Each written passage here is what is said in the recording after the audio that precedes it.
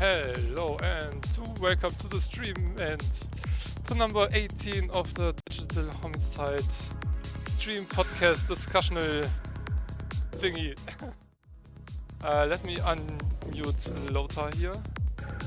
Hi Lothar. Hello. So the topic today will be the Steam Awards to finish the award stuff from 2020 and pre-orders. Actually, we don't have the Steam Awards in the title, I think. No, Let me. we don't. Fix. But it's basically something that we started it catching on. last time. Oh, what's going on? Uh-oh. Stream Deck? What the? Hello? That was weird. It's gonna be legend. Well, I can't hear it. Dairy. Totally not the right one. Okay, so let me close this here off. Alright. Hello Tina, good morning. How are you doing? Hi, Tina. And now I have the problem that I had earlier. Window capture. Wait.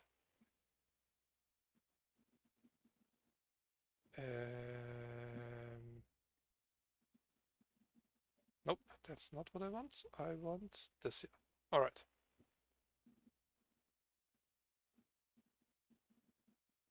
There we go. Okay, now I just have to change the size. Yeah, sorry me. Being derpy, as always. Alright. Almost there, almost there, almost got it, there we go. Alright, so, Steam Awards. Wait, let me make that a bit bigger.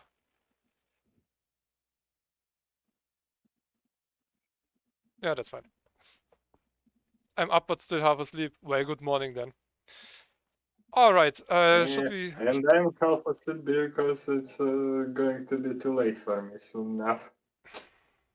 Yeah, let's just go through the winners and then we talk about what we voted or wanted, I guess. Yep. Okay, so Game of the Year, for some reason that's all in German. Game of the Year, Red Dead Redemption 2. Wasn't it the Game of the Year for the Game Awards as well? No. No? It wasn't even nominated, as far as I remember. Oh yeah, right. The Game of the Year was... Yeah, okay, never mind. Okay, yeah, well... it was that. Okay, Red Dead Redemption, yeah, good game. Not really much to discuss there, I guess. We can talk about more of our opinion when we see what we actually voted for. VR Game of the Year, Half-Life Alyx, yeah, definitely. Labor of Love, Counter-Strike, Global Offensive. Yay, a game that's out for 10 years or so.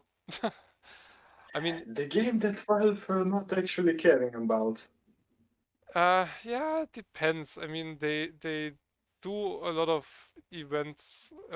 I mean, a lot of events, 2 seasons or season passes and different operations and stuff per year. So, and they do update it and all, but I mean, it's a big developer. They have money and stuff, you know. So, Labor of Love should be something from an indie developer who still takes care of a game they don't really make any money with also. Then it's Labor of Love. At least somebody not like Electronic Arts or definitely not any of Valve games. Exactly. Not from such a huge publisher who got money at, I don't know. Well, I can see the game as a labor of love from big developer, but definitely not, again, not Valve, and definitely not from Electronic Arts. Well, I guess the awards being on Steam, kinda, I mean, a lot of people play that game, so, well, all right. Better with Friends, Fall Guys Ultimate Knockout. Yeah, I wouldn't. I don't know. It's not really a game where you play with your friends. I mean, you can squad up with 4 people, but as soon as your friends are out, you play alone. It's not playing with them really. So, Yeah, it's basically what we already talked about during the last episode. yeah, You kinda together, but in a way you still everybody for himself yeah, because the winner can be only one. exactly. So yeah, better with friends. Real co-op games are better with friends, but this is a battle royale game, so wouldn't really say that's better with friends. I mean, maybe you don't have any friends afterwards anymore. Well, I can tell that games like okay, I'm going to call Among Us is better with friends because you can already cooperate and be in one voice talk and not like in that either text or some kind of other chaos. Mm. And you actually know who your friends are. It's a bit harder in Fall Guys. I don't know if they actually changed it by now, but besides the end screen of a map, you didn't see who is who.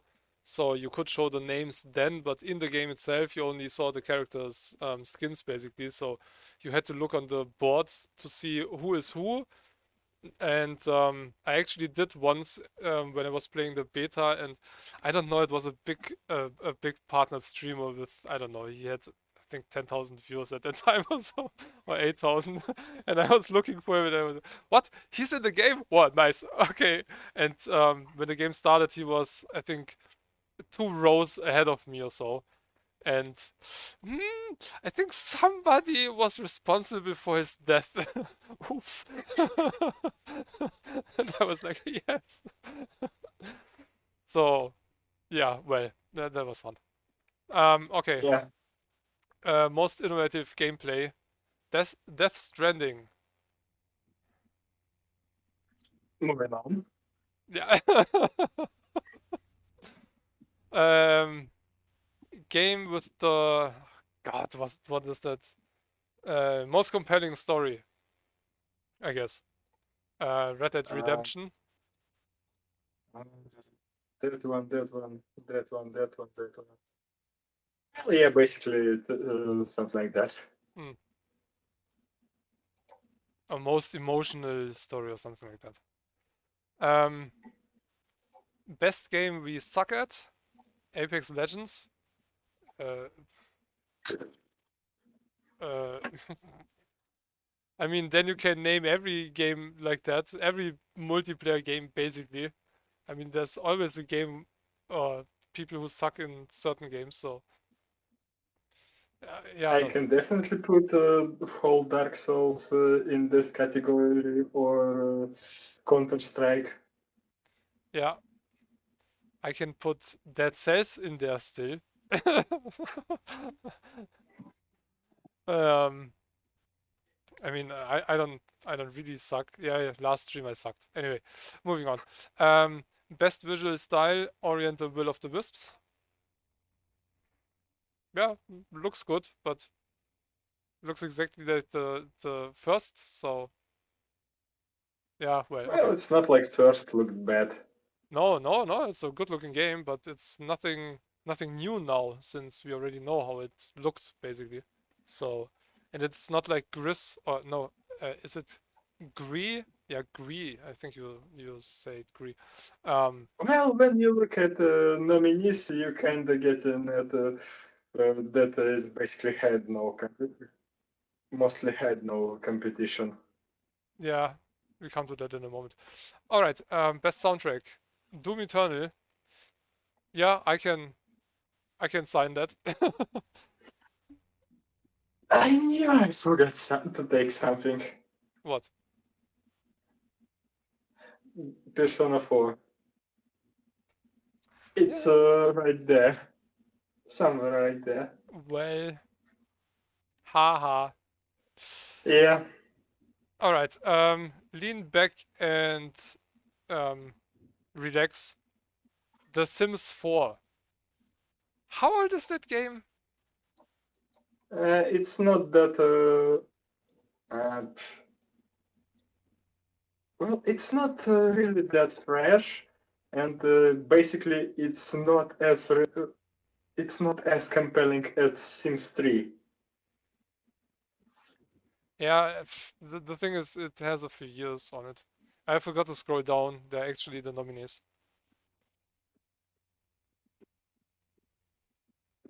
Alright, anyway.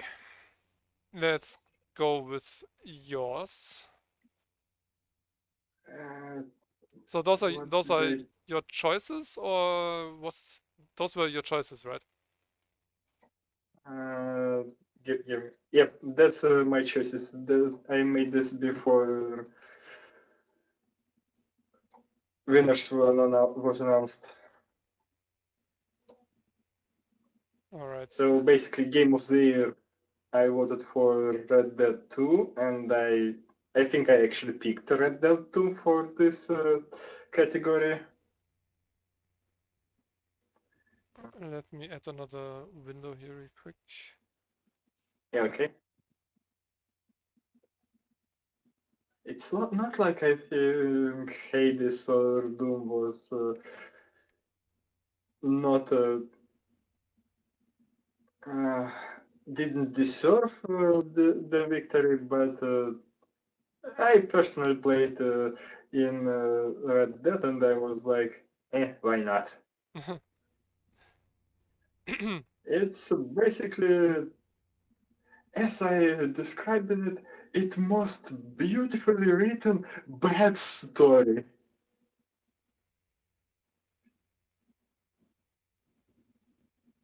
Alright, somehow like that should work. Alright, let me get this a bit lower here, below this. Oh, nope. Nah, that didn't work exactly as I wanted. Alright, anyway. Okay, let me put that to the side because I can't see shit now. Alright, so yeah, I voted for Hades. Yeah, out of all I think we those. talked about this in the last one, but okay, a little bit brief. Yeah, not really in relation to. We talked about what we would have voted from the Game Awards or something like that. Yeah, and Hades was nominated, unlike Red Dead 2.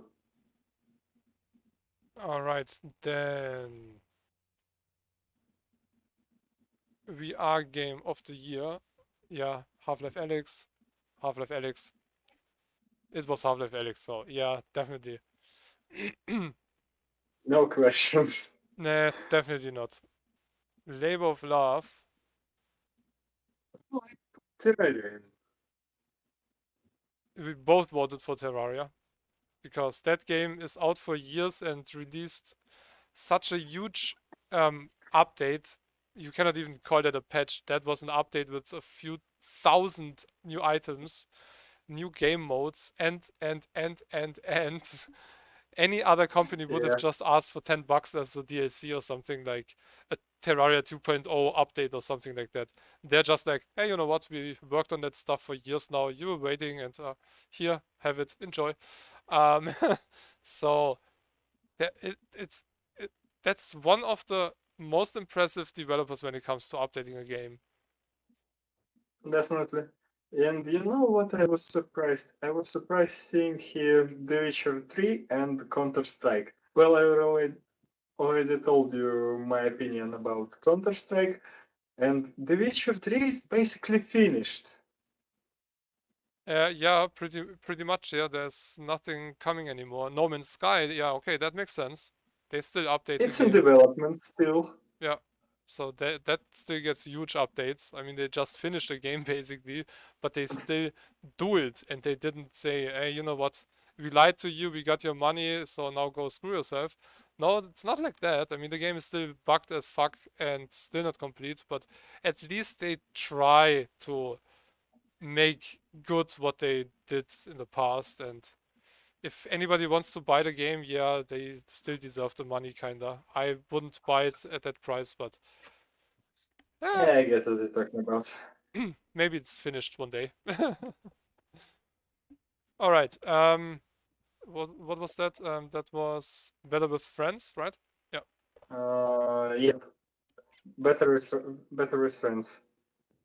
Yeah, I voted for Deep Rock Galactic because that's a four-player co-op game, which is really a ton of fun.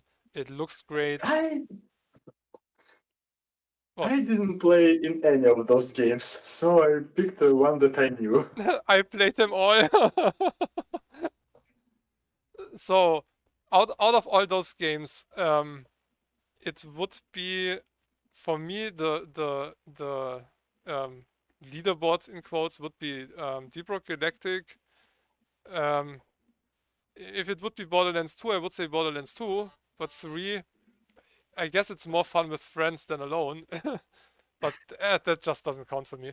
Um, as much as I dislike the game, Sea of Thieves would be number 2 because that's only fun with friends. You cannot play that game alone. This is just pointless. Yeah, I can get your point, but the problem is with playing it with your friends, it doesn't have that much content.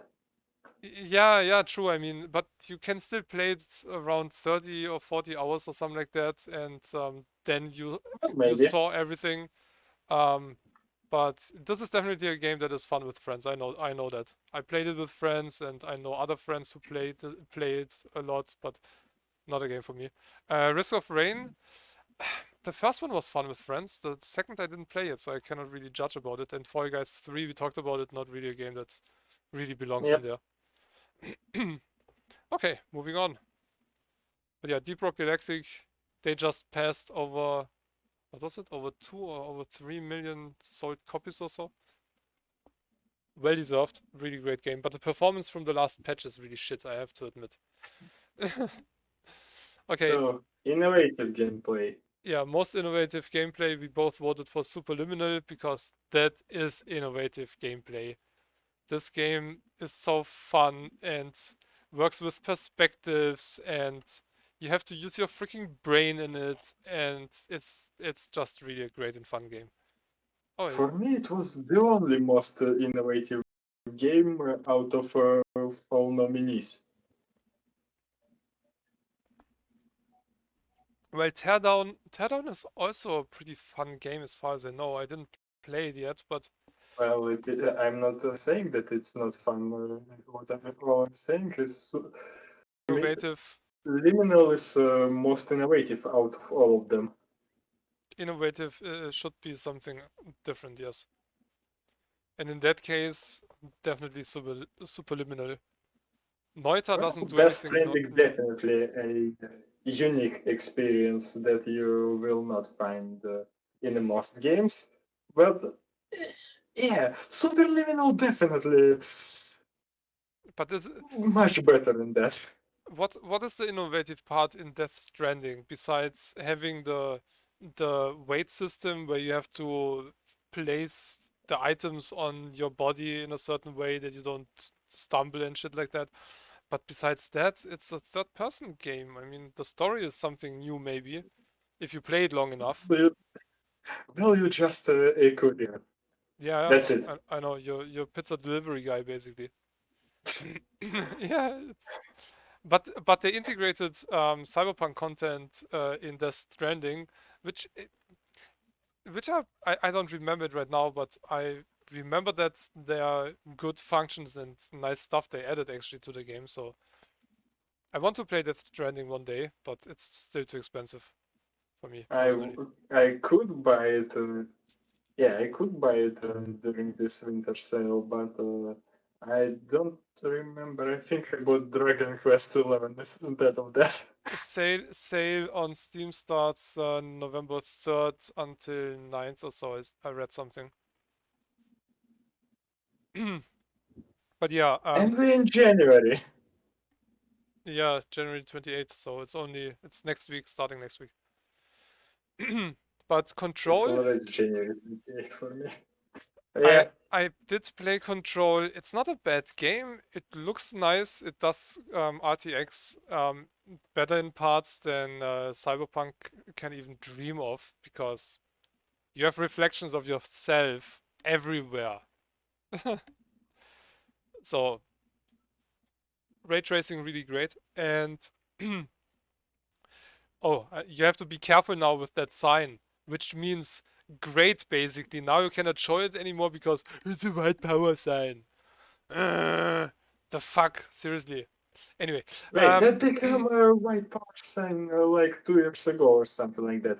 And basically Reddit was like, lol, we trolled you. It's not, never was like that. yeah, it's the same like swastika or the symbolism the Nazis used is used in North mythology and history for centuries. I mean, he was the one abusing it, not the one creating it. So, yeah, it's weird. The first time I saw somebody with a swastika on his hand from India, I was like, "Hey, whoa, what's going on with you?" And he was like, "Yeah, that's for I think it's for Hindu or something. Some. It's a religious sign in India for one of their gods. So if you have I a think Christmas card and stuff, you just have a swastika on it. Looks like a Nazi Christmas card, but it's a god sign over there. So, oops. So yeah, if you see an Indian guy with a swastika, it's not the Nazi. It's this freaking sign for his religion. They often have it on their hand here. Okay. Anyway, moving on. Um, Control, yeah, not definitely not innovative. I There's nothing innovative in that game. Nothing. Ray tracing, that's it. well, beside particles, that amount of particles so much freaking innovated that you can't see sometimes games behind those particles. Yeah, I don't know. It didn't. It's not a game for me. I don't know. It's not a bad game, and the gameplay was okay and all, but the story was way too confusing for way too long. And when I finally started to get it, I don't know. I have absolutely no motivation to start that game again. I mean, it's already deinstalled. Besides that, and I'm gonna play the medium later, which is released today. It's already installed since days, and it's a third-person game where you have two different dimensions which are rendered at exactly the same time, which means you can switch between them on the fly. So if you hear a monster in your area or vicinity, you might have to change in the other dimension, and then you see a freaking monster right in your freaking face. And they can hurt you from the other dimension without you seeing them, I think, but you have to see them to attack them or something like that. It looks really great and third person and stuff. Okay, moving on. Um, this was outstanding story-rich Story. game. Okay. So, Well, I already told my perspective was Red Dead Redemption. It must it really good written bad story. yeah, what? Story of Red Dead Redemption 2 is a fucking trash, but it's so fucking good written. Yeah, yeah. I mean, GTA is also maybe not the best story, but yeah, the way they do it, the way they write their characters and backstories and side missions and stuff, Rockstar is You really see, great. in my opinion, GTA 5 is written much better than Red Dead Redemption 2, uh, just because GTA 5 story is a modern day Mm, story, while they putting modern day traits into Red Dead Redemption 2. mm, And that's a sign of a bad story. okay. Yeah, I didn't. I played Red Dead 1, but also just a few hours. I have it on Xbox 360, but yeah, I might get it one day, but I don't know. It looks great Well, though. Detroit, no comments. I never thought that. Cage can make something good or compelling. Heavy Rain for me is when his last good story. Mm, And good in like not that completely trash mm. way. Mafia 1, I'm just ignoring that Mafia 1. If it would be original Mafia 1, I would be, yeah, like definitely. That's a good story. This one, I'm not sure. I'm just ignoring that thing. Metro Exodus, I'm not really biggest fan of a Metro story itself, so I'm kind of biased here.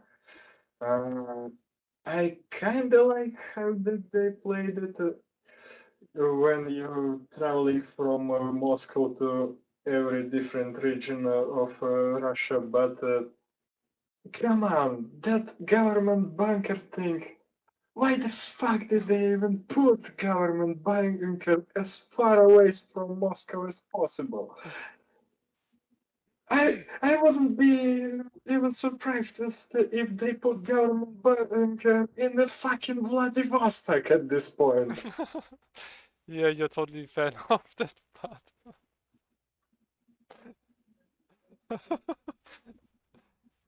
And Horizon didn't play. Oh, yeah, Metro.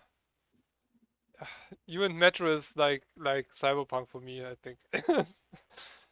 So Well, all I can tell about Metro is I didn't expect much from it, but I did get some enjoyment from it.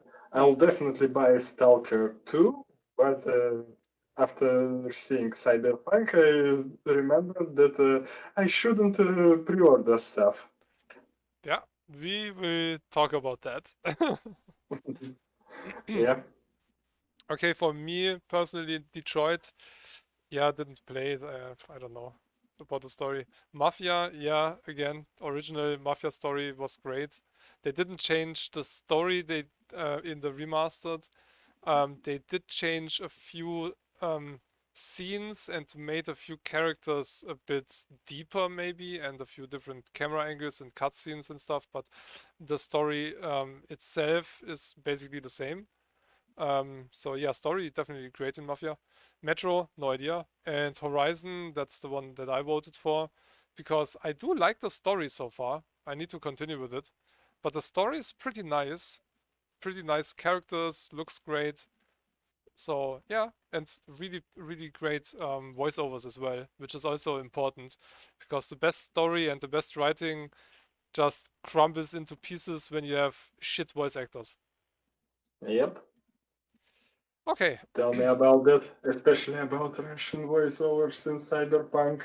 yep, exactly. Okay, best game you suck at. I voted for Yep, Ghost Runner because that's also the game that I nominated. Yeah, nominated. That's the word I was looking for earlier. Um, it's a great game. I really like it, but oh god, at one point it just ends for me. It's just I have to play it again, but it's just too much. All right, so Apex, Crusader Kings 3, Ghost Runner, FIFA 21, and GTFO. Yeah, well, Apex, we mentioned that earlier. I yep, only played it a little bit, but I guess it might be on that list. Wasn't it exclusive to EA for a while, for Origin yep. also? It's basically still exclusive for Origin. As far as I know, every Origin game that on Steam still will drag Origin to I guess that's related list itself. to adding EA Play and the EA games back to Steam. That this is on the list.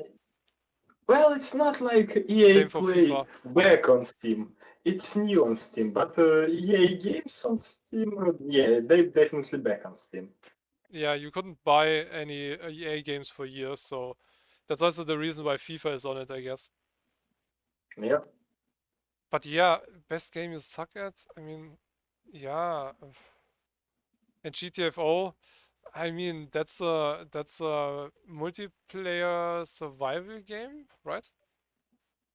I mean, I'm not sure. I it. saw screenshots and I was like, eh. Yeah, you fight I'm still monsters and interested in stuff. it. Yeah, me too. I had the beta, but only played it for a few minutes or so. But yeah, And Crusader my Kings. I don't know. my choice was Crusader Kings because I'm pretty sure that I can get better in Ghost Runner. I can get better in games like GTA 4. Apex, I'm not interested in. FIFA, I'm not interested. And because out of those games that I'm interested, it's definitely Crusader Kings 3. I tried to play Crusader Kings 2. I tried to play Europe Universalis 4, and I tried to play Crusader Kings 3. I still didn't break Rus back together. Part of Rus land still belongs to Crimea Khan. And but I already in war spawned. Yeah, I'm not really that much into tactical strategy games or RTS games. I mean, I did play them in the past, like Command and Conquer and StarCraft, and you name them. I Yeah, played. it's not that fast-paced. It's a more strategical thing. Yeah, no, it's more like Total War or something like that. Not even Total War like. Yeah, okay. Is it then more like Civilization? Yep, Okay. more like that. I actually do have Civilization, one of the newer ones. I might actually play that just to change the gameplay that I normally have completely. Because sometimes I do like to get out of my bubble. So I played Frostpunk, for example, which is a tactical survival game. And oh boy, yeah, I suck in that game. I mean, yeah, it depends, I guess. I mean, I survived several days, but then there's a point. It's the same like this war of no what this war of mine. Yeah, this war of mine. I really like that game, but I only get to I don't know 20 or 30 days, or I guess 20 was my maximum or so, and then everybody dies. Just ah. And they always die horrible deaths. It's not like, that I need a new unit. Yeah, It's like, oh god. it's often like, you know what? Maybe let's see if I can help that person in there to do a last good deed or so, and before you can talk or do anything, bang, got shot or so. No! Or you freeze to death because you don't find anything to heat up the freaking house, and everybody's like, nope, nope, this is the end. Thanks. So yeah, it definitely makes sense why they went to Frostpunk, which is from the same developer. So Well, if you have C5, then I have this game as well. which one? Civilization 5. Wasn't was six was the last, I think, right? Yep. Yeah, I think yeah, five, 4 and 5. I think I have. Six, I'm not sure, and I do have Civilization 1 and 2 in original box, with 8 discs and stuff like that, and book and complete edition. Hey, any bits? Who wants it? Old man. Yeah. Hey, you get there one day. All right, moving on. What was it? Visual style. Visual style. So yeah, we mentioned and talked about Ori earlier. Battlefield And 5. basically in the last episode as well. Mm, Battlefield 5. I mean, yeah, great looking game, but It's already out of support, so because it's out of support, then it's out of picture. yeah. I mean, we're talking about 2020 games. That should mean release date in 2020, right? When did that come out? 2018 or 19? Something like that. 2019 is basically the first died battlefield yet. Yeah, so The um, fastest died battlefield yet. there is no game. Yeah, I saw that game, not in the Game Jam edition, in the regular edition, in a charity event. That looks actually like a pretty cool game, and does have new things to it. And yeah, Avengers, no, the outstanding visual style, right? Yeah, I don't know. I mean, No, definitely not. it doesn't look bad, but it's not a game that I would tell somebody to get if you want to have the best graphics or anything. So, and it Let's just is say that. it's not even resembling the original actors. Then I would say if they would look exactly like the original actors, yeah, then okay, maybe then it would have been outstanding style. But they made completely new characters with completely new armors and stuff. That's also one of the main reasons I think why it completely failed. This and the Well, um, internet a for lot of things happened wrong with this game. Basically, that thing also is a good reason why you should not pre-order games. yeah, it's a bit like they tried to make an Avengers division and they couldn't. They should have gone to the division developers and asked them, "Hey, can you make the division with the Avengers and make that fun?" That could have worked, but yeah. And Black Mesa definitive edition. That's the one I voted for.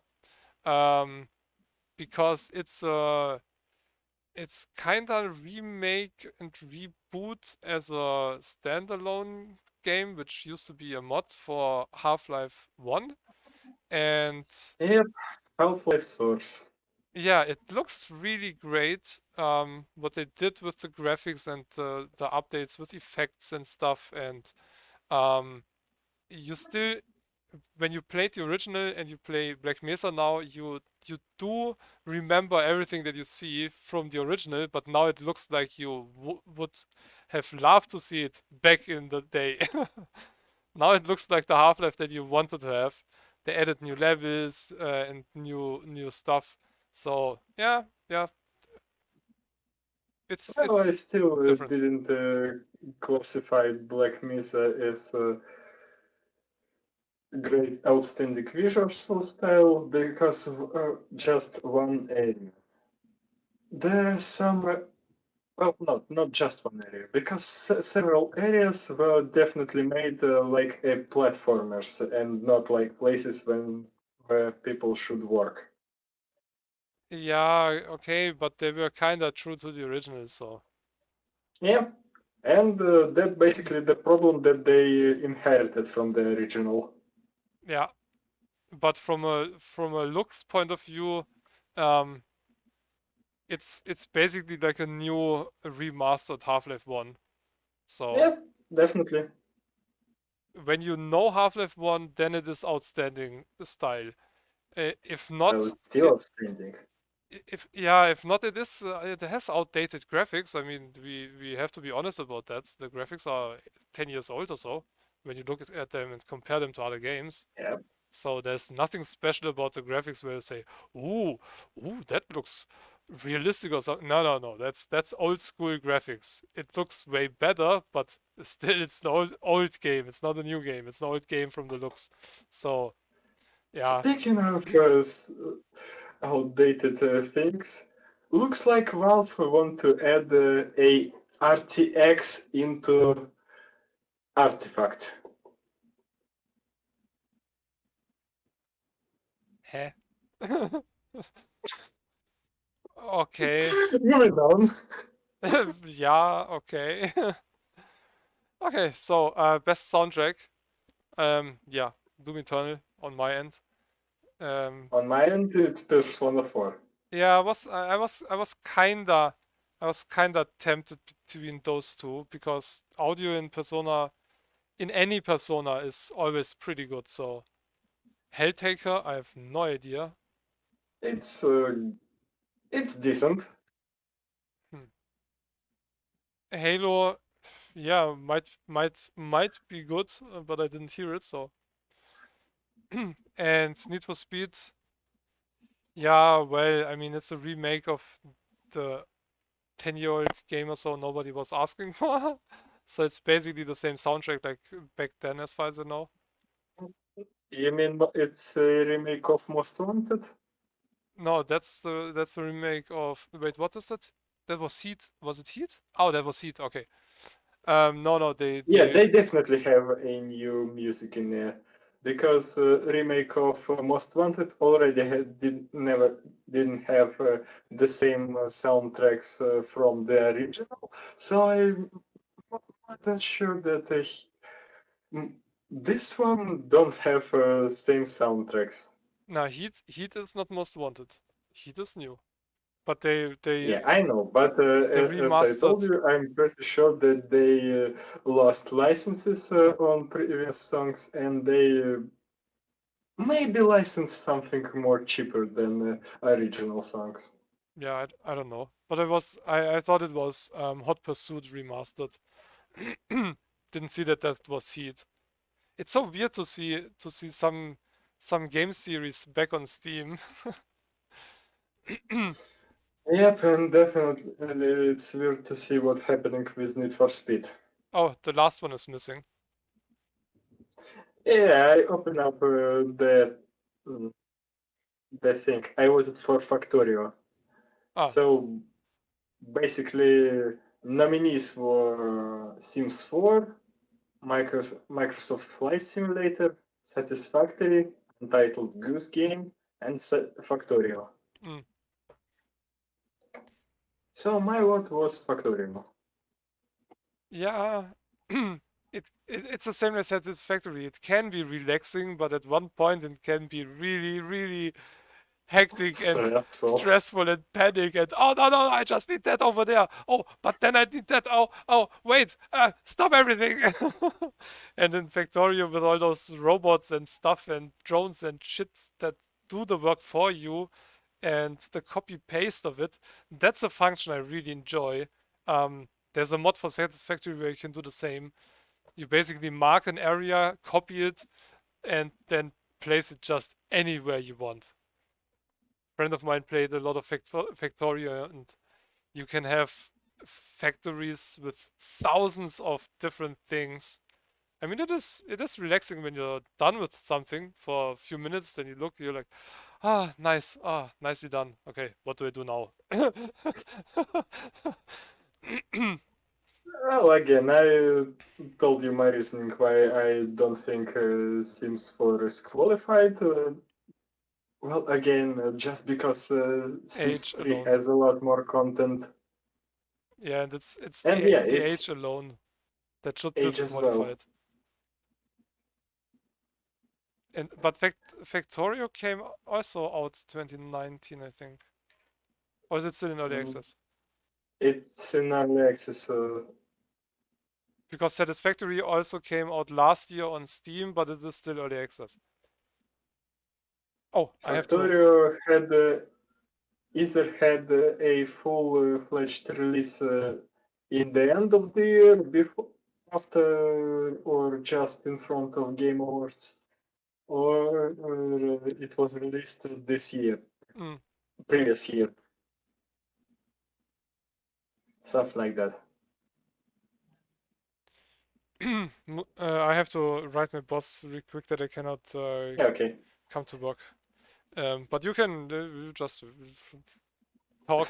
Well, we basically finished with Steam Awards. God damn it. For, what was that? 4 hours. The last one was 4 hours, and this one is already 45 minutes. Yeah, And we still have games of the decade. Uh, next time. yeah, Right now, that's we should go with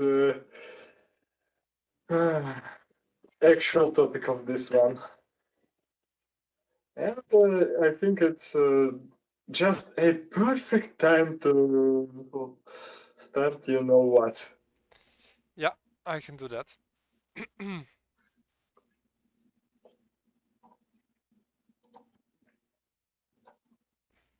Ah, shit. Did you close it? No, no, no, no. I would never do that. La la la. Ahem. Ahem. Ahem. La la. Nothing to see here. Try and do Tomb the Raider job right now. Move along. Move along. Wait, There's- no, stay here. There's yeah. No, no. There's yeah. Tomb Raider might be great. All right.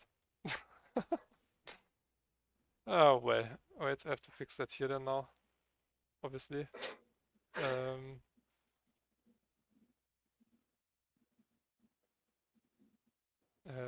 Where is it? Here.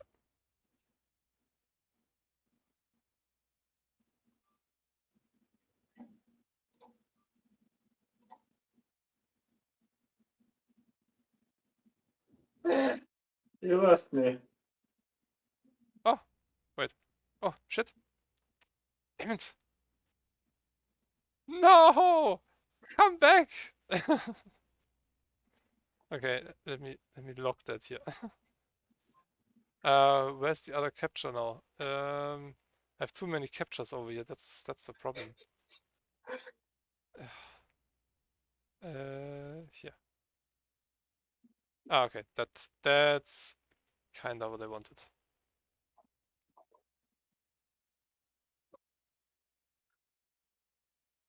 All right. So, rip Total Biscuit, but yeah, he had something to say 7 years ago, and that still basically counts. So, listen and learn. Great. I mean, all signs are pointing to it being pretty good, right? But you don't know that yet. So why would you buy it? I mean, it's just insane. Do you do this with anything else in your life, or is it just games? If it's just games, then take a good hard look at your consumer practices. Take a good hard look at what you do as a consumer and think, is this screwing me? Because the chances are it is. Now, some people are going to come back and say, well, I would have bought it anyway. And there's a big problem, isn't it? Because with Aliens Colonial Marines, you've got a game that a lot of people would have bought anyway because it's an Aliens game. They are loyal to the franchise. They are loyal to the brand. And that's terrible. The reason it's terrible is because these are the guys that go into full-on Stockholm Syndrome, cognitive dissonance fanboy mode as soon as anyone criticizes this game. Here's what's going to happen. The people that pre-ordered this game are going to be split into one of two camps. There's going to be the guys that are like, I got burned hard. And then there are going to be the other guys who say, no, this game's great. This game is incredible. No, guys, you're really missing out. And then actually get super defensive of the game. Why would they get super defensive of it? Because they drop money on it, and they can't be wrong. This is why you have this situation. This is why you have bad games come out. I mean, the War Z is just the biggest possible example of that. You have this group of people that are neurotic for the War Z. They have Stockholm Syndrome. They are literally grateful to Hammerpoint for screwing them. They have convinced themselves that because they would never make a bad decision, because that reflects badly on them, right? They have convinced themselves that this is a good game, even though all signs point to it not being a good game. And they will actively attack anyone that says otherwise. That is beyond consumer irresponsibility.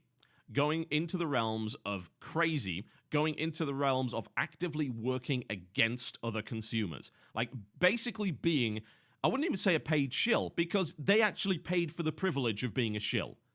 Incredible. Are you out of your minds? Why would you do that? And yet it will happen. It will happen with Aliens Colonial Marines. It happened with War Z. It happened with Duke Nukem Forever. It will continue to happen with people that drop money on games prior to it being released and then convince themselves that actually, no, they didn't buy a bad game because they would never do that because, of course, they're totally smart and would never be suckered in. I mean, what's the worst thing about being suckered in to a pre-order for a game that's terrible, right? Well, the worst thing is having to admit that you were the sucker. Nobody likes to think they're suckers. Nobody. And as a result, they'll make up excuses. It is a nasty cycle. Stop being involved in it, please. Think very, very hard before you pre-order a game. Think, Well, would I have bought this anyway? Am I such a huge fan of the series that even if 20 reviews from people that I trusted came out and said, this is dreadful, even if my friends who I trust came and said to me, this is dreadful, even under those circumstances, I still would have bought the game and I still would have played it anyway. If you are in that situation, all right, pre-order, fine. If you have even the slightest doubt, for the love of God, wait. Please wait. You are doing more damage to yourself and to the industry than you can possibly realize. We as consumers have the ability to stop this bullshit for good. And we're the only ones who can do that. Publishers aren't going to do it. Devs aren't going to do it. It's up to you. Will you be part of that solution? Will you help fix this? Or will you continue to be part of the problem? I guess that's up to you. My name is Total Biscuit, and I'll see you next time.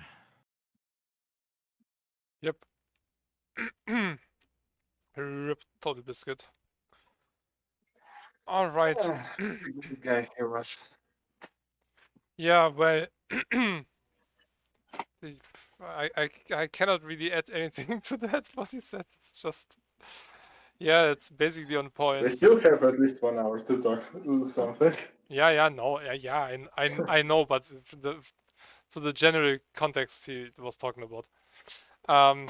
The thing is, yeah, I don't know, I stopped I was never the biggest fan of pre-orders anyway, but yeah, if a game came from a developer that was good and the other games were good, like Borderlands 2, for example, I pre-ordered basically right away, but it cost me less than a new game now, and it was kinda feature complete, including it was the collector's edition pre-order with a bobblehead and a real package, so not just digital bullshit, no physical stuff. And I paid less than $40 for it, and it was with season pass. It was a complete package and a handful of skins and stuff. So yeah, I think that was basically the last and only really good pre-order I had. The other one I pre-ordered was after I played the beta for 50 or 60 hours or so of Evolve. I knew nothing can go wrong with that game. Yeah, well, they kind of killed it with their stupid decisions, with releasing the very first Season Pass 2 for a game. People were already annoyed about the first Season Pass being part of the Monster Edition or some shit like that.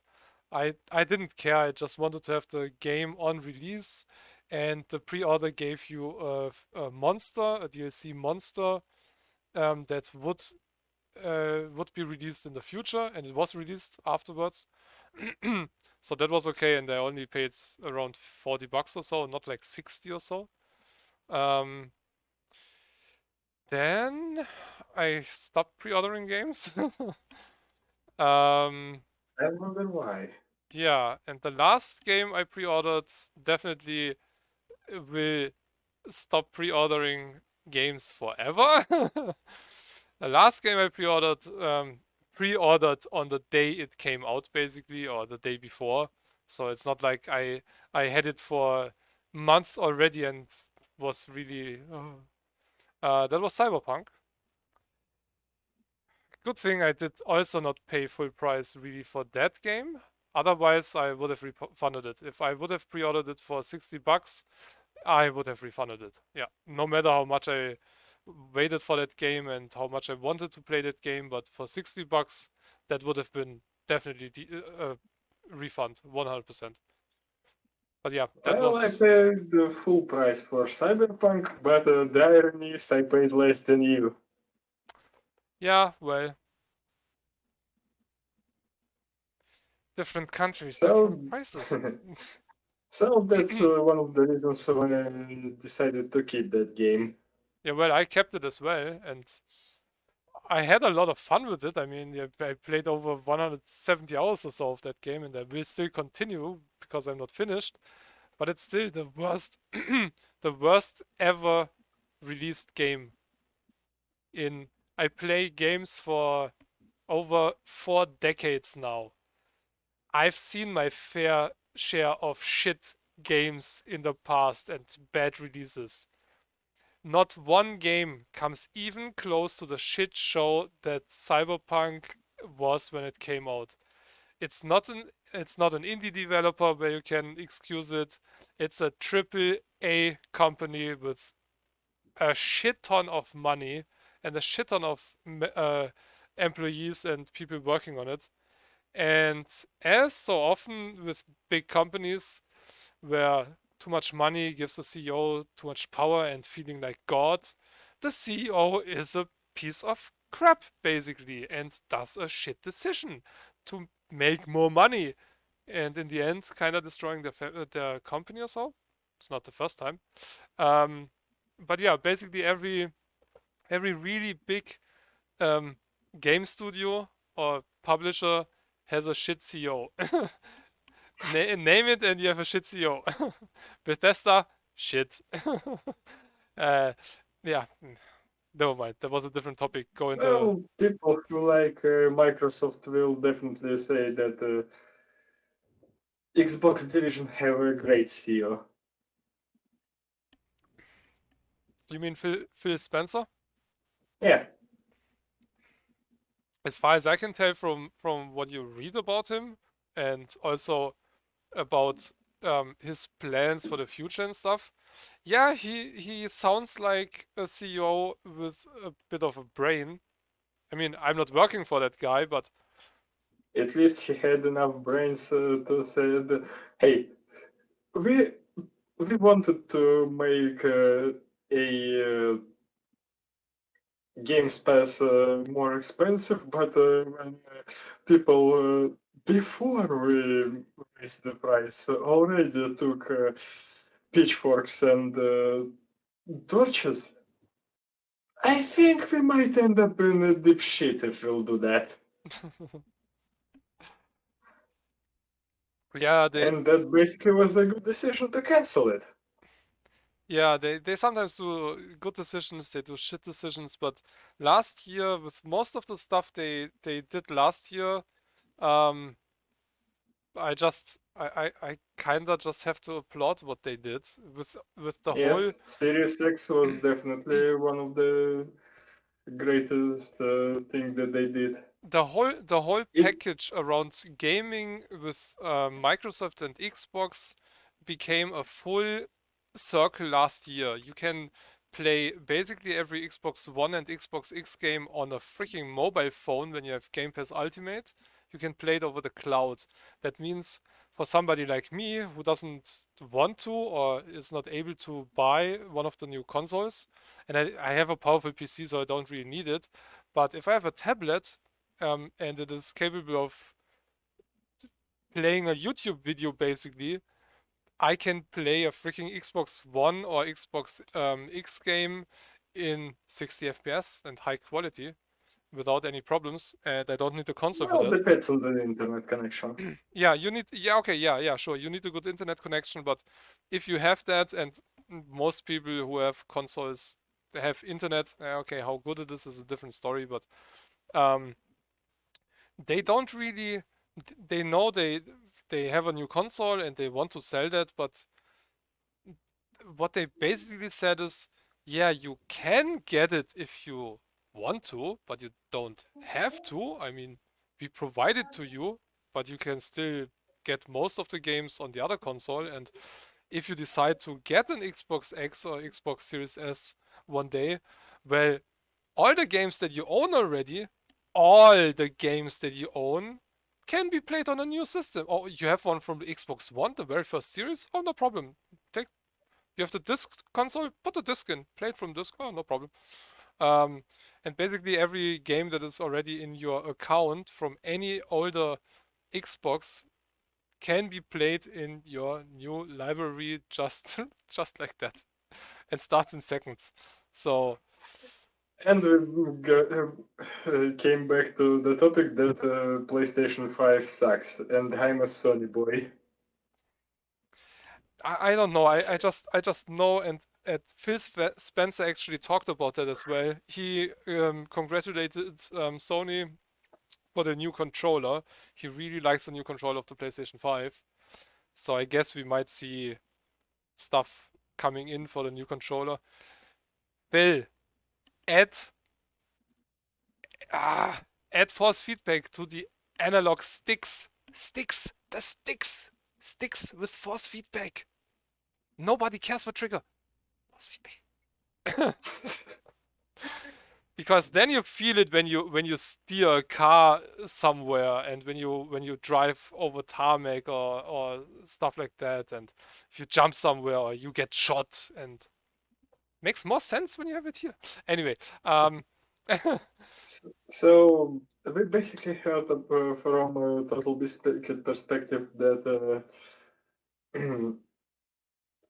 basically one of the sites that you paying for unfinished product and so on and so forth. It can be good and can be bad, but there was at least one time that companies tried to do something different with those pre-orders. Do me an honor. Play this abomination. which one? I that one. Yeah. Okay, yeah. I already chose that. I chose it while you were talking. Yeah, it's already because I saw, oh, there's just a background running. Let's play some video, and it shows that right away.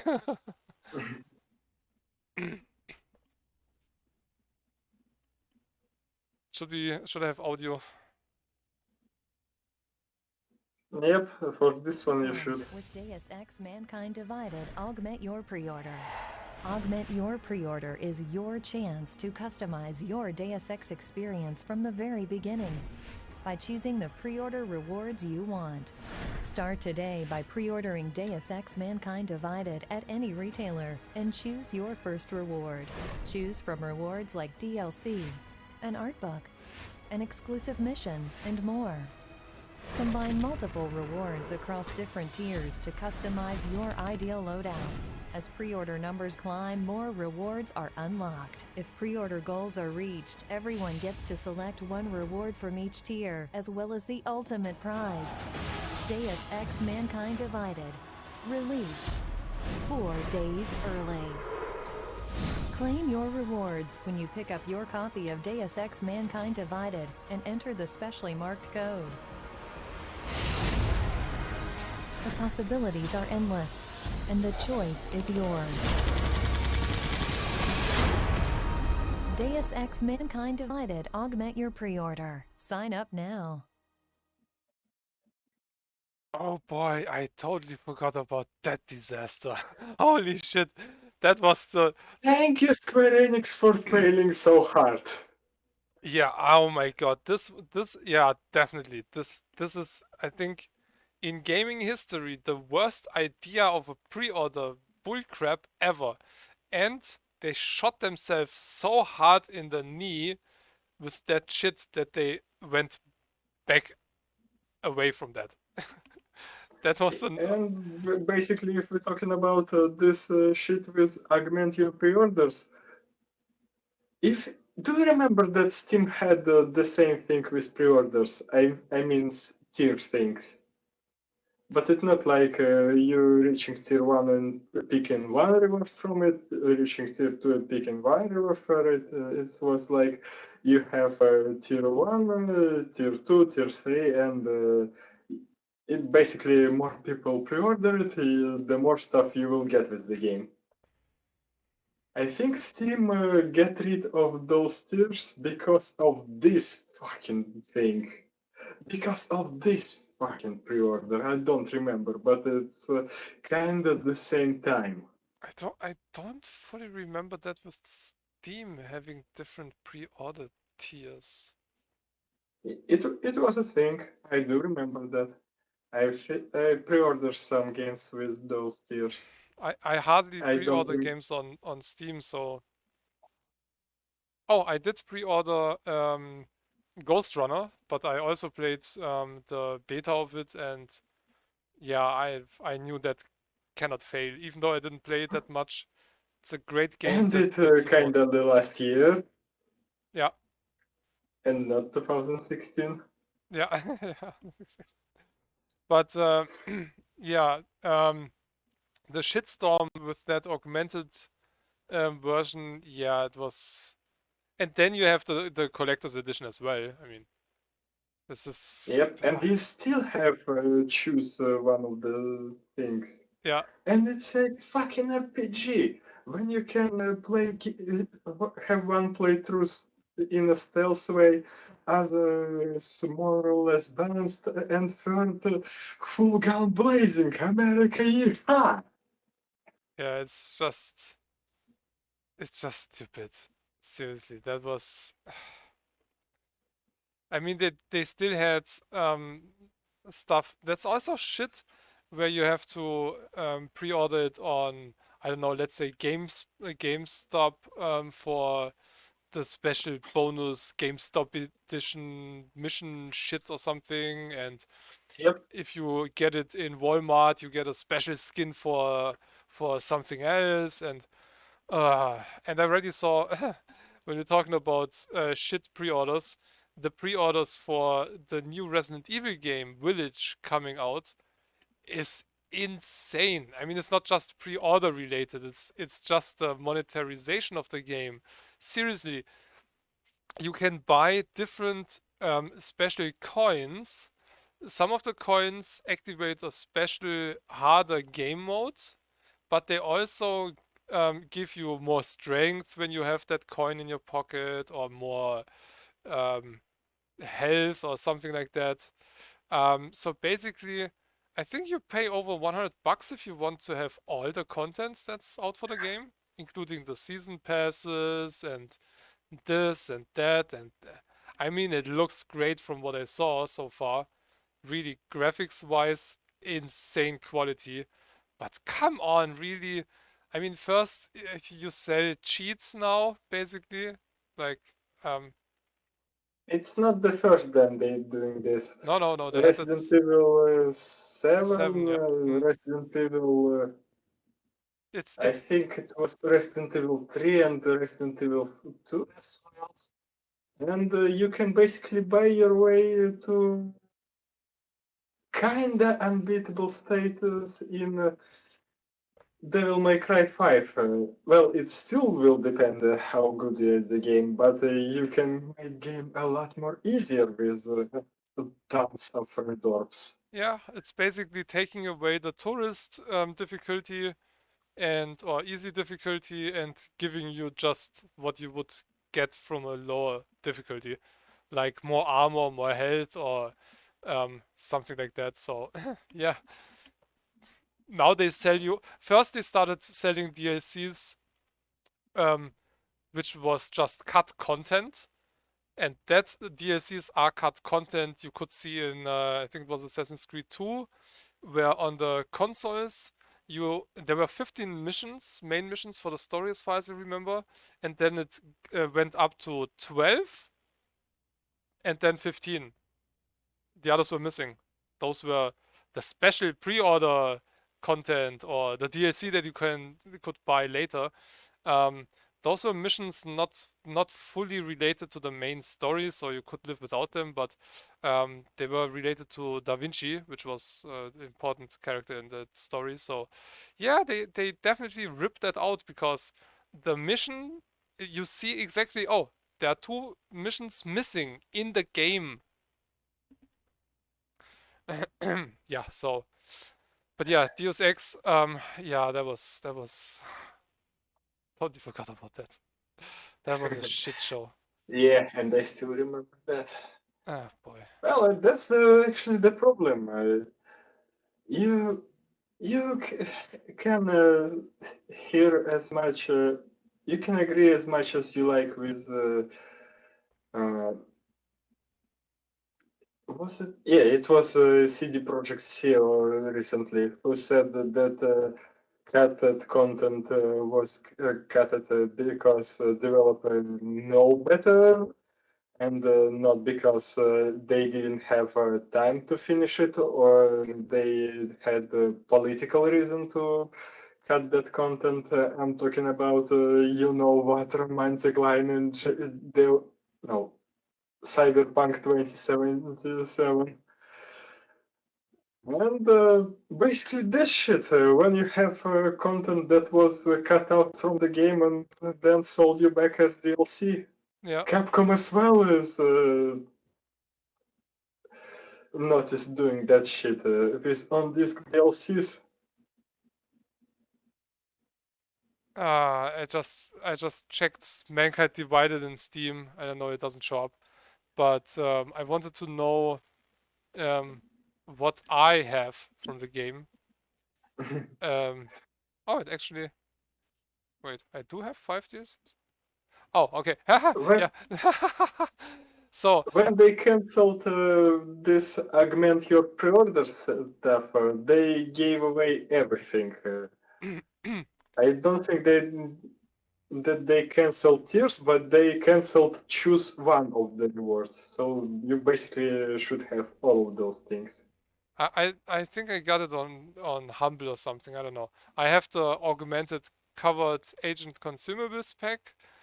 This is also stupid. You buy a DLC and then you have a DLC where you have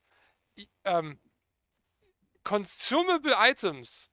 That means you use it, it's gone. This is also such a fucking stupid decision. I mean, those items that you can get in the game as well.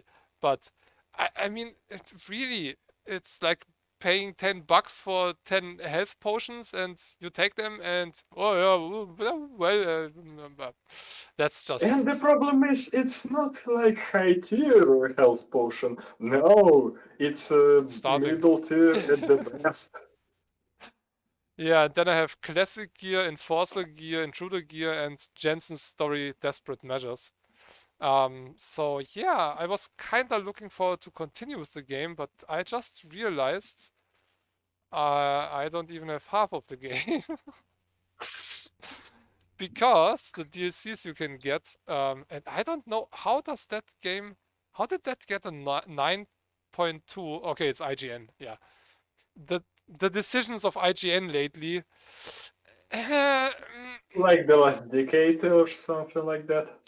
Yeah, no, the last few years at least, really bad. And the Cyberpunk reviews, seriously, I mean, they just showed they have first no clue and second they don't give a fuck. They take the money from a developer or something and then they just write whatever. They for Cyberpunk, a girl played it, which is not a problem. She did not do much of the crafting. She did almost do no side missions, which is basically 50% of the game. Yeah, exactly. Yeah, More basically. more. I mean, time-wise and from everything, it's I guess 70% or so. It's just side gigs and side missions and stuff. So didn't do that. Didn't buy any vehicles or things like that. Mainly did the missions and walked around a little bit and then judged about the game. What? What? Why? How can you even judge that then? I mean, it's like watching the first 10 minutes or the first half of a movie and then leaving the cinema and then movie was shit. I mean, Hey, you can do this with the enemy at the gate. You can watch first 10 minutes and say, yeah, this movie is shit. okay, yeah. Or you go in and watch just the end and then you say the rest of the whole movie was shit because you don't even know why the end happened like it is, why that person died or whatever. You just see the last few minutes, most important person dies, the shit movie, something like that. And yeah, that's kind of similar. So, but yeah, for Deus Ex, so there's System Rift, which is I have no idea, a DLC for $12. We have another DLC. Wait, that doesn't even say DLC on that. The System Rift, and I know it doesn't show.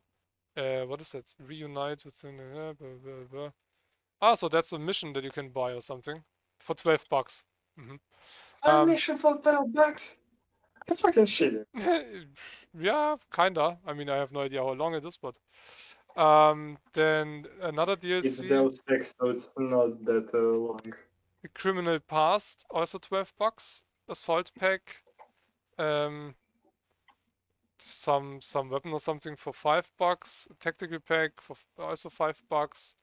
And okay, yeah, that's the season pass then. Okay, season pass is $15, which includes the $12 DLCs, but still, I mean, it's mostly negative, so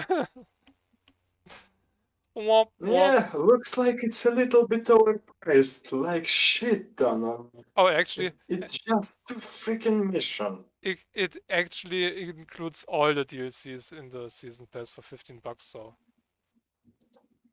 then I mean, yeah, it includes 4 DLCs. 2 of them are only weapons and things like that.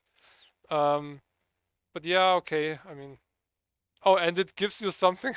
The season pass gives you 20 chipsets for Deus Ex Mankind Divided Breach. Okay. Breach is the mobile version, I think. I don't remember. It might be a hacking thing in Mankind Divided. I tried to play Mankind Divided, but then update dropped out and I couldn't launch the game at all. No matter how much I tried and how much I talked with tech support. Oh, Deus Ex Breach is a free-to-play game. Card game? No. It's kind of multiplayer game or something. It has single player. Originally If released it's as a another.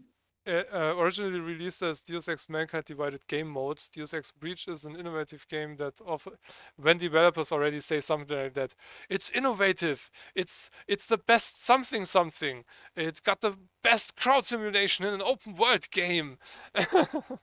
Yeah, I just don't believe it. That offers an arcade approach on the gameplay of Deus Ex series, providing players with unique connected puzzle shooter experience. The objective is to obtain and sell classified corporate data by hacking into some of the world's most secure servers. Yep, it's a hacking minigame. Yeah, well, it's free, so okay. Why the fuck they selling? Oh yeah. Why the fuck they take hacking minigame out of the game? Yeah, but it's free. It doesn't cost anything, so. I bet there is a microtransaction to buy worms and something like that. Well, you get 20 special coins when you buy the season pass, so yeah, I guess there are coins included that you might can pay real money for. Yeah. Some developers are just so greedy. Seriously. I mean, Resident Evil Village is a game I'm not really looking forward to. If I get it from somewhere, yeah, I will definitely play it and try it. Although Well, 7, but I will never ever in a game like that or in a game like Assassin's Creed or so pay for materials or shit like that. FIFA, for example, is a game that you can almost only play when you invest real money.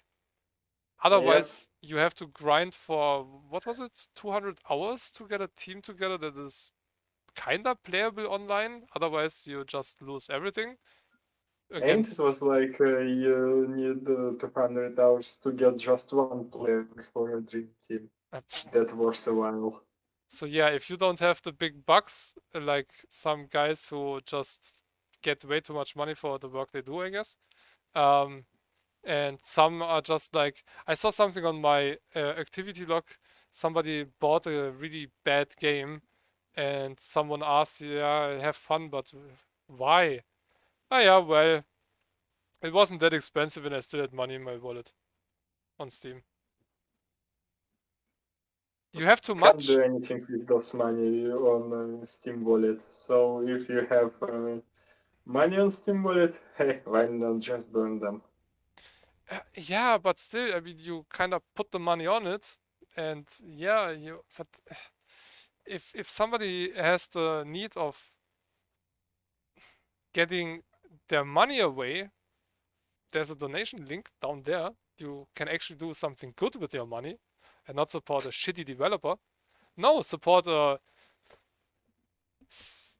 medium professional streamer. Okay, moving on. I'm talking head. Moving on. Let's have something other Peggy 18. playing in the background. No, wait. Then Yeah, hey, definitely. wait a second.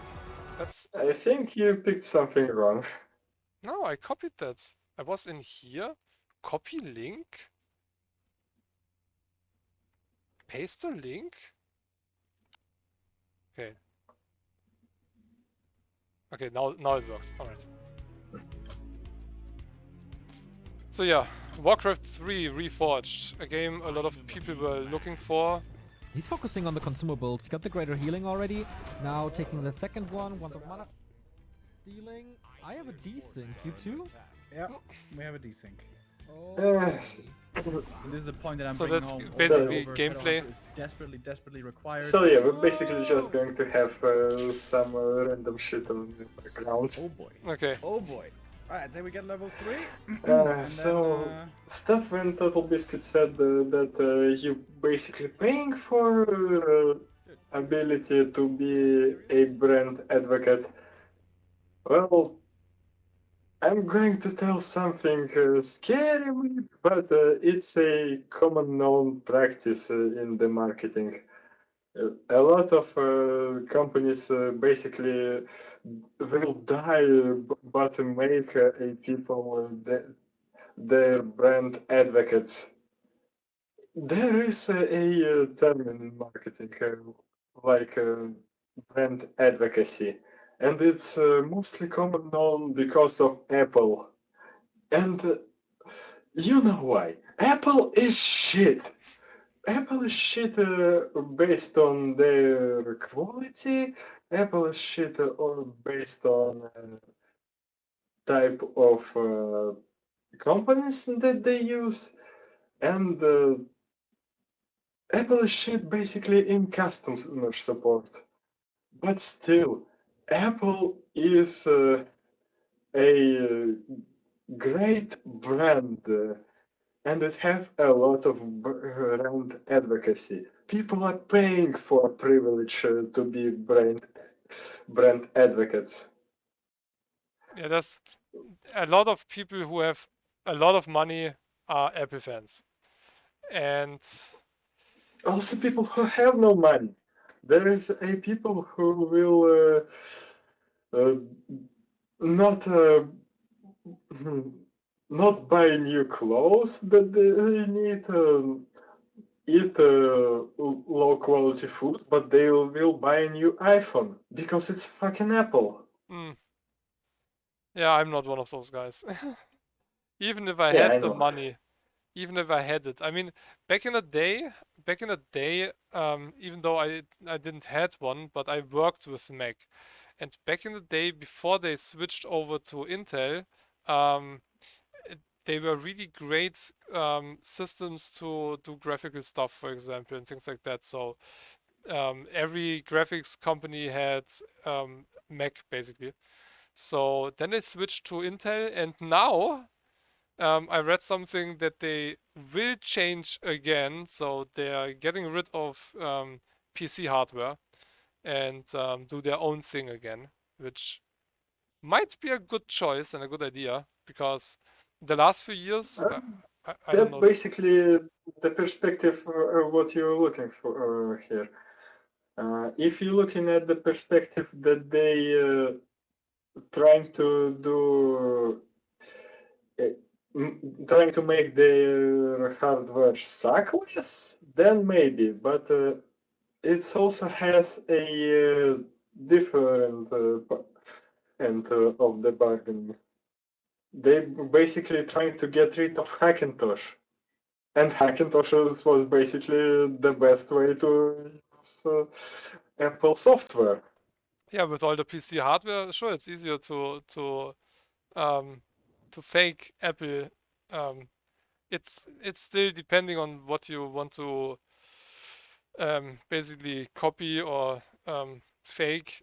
it's not that easy as far as I know, but Yes, it's not that easy, but it at least was possible because you have an Intel chip, you have Intel chipset, and now, well, it was possible in the past as well when before they had Intel. I mean, you could buy so-called dongles, um, which kinda simulated. I don't know how they did it on their main boards, but I think with some security bits or something, and that kind of simulated what the main boards would give the system back to make sure it's basically the Apple fingerprint or whatever. But yeah, the moment they well, changed, I was like, that's not Apple. Now it's not Apple anymore. I mean, yeah, the iPhone and stuff, yeah, that might have been their own thing, but all the PCs that came out the last or the Macs that came out the last few years, basically PCs or Intel. Yeah, you could call Macs of the last decade IBM compatibles. well, they basically were IBM Yeah, compatible besides some hardware protection. yeah, but you had no choice between Intel or AMD, for example. Um, Yep. you had choice more RAM, which is extremely expensive in a Mac system. Always was. RAM was always insane. You wanted double the RAM, yeah, add 1000 or something like that. It was crazy back in the day. Oh, by the way, my mom showed me a few old things a few weeks ago. Do you know what I paid for my very first computer? My 386. Was it my 386 or my? No, it was my Pentium 166. I paid over 6,000 bucks.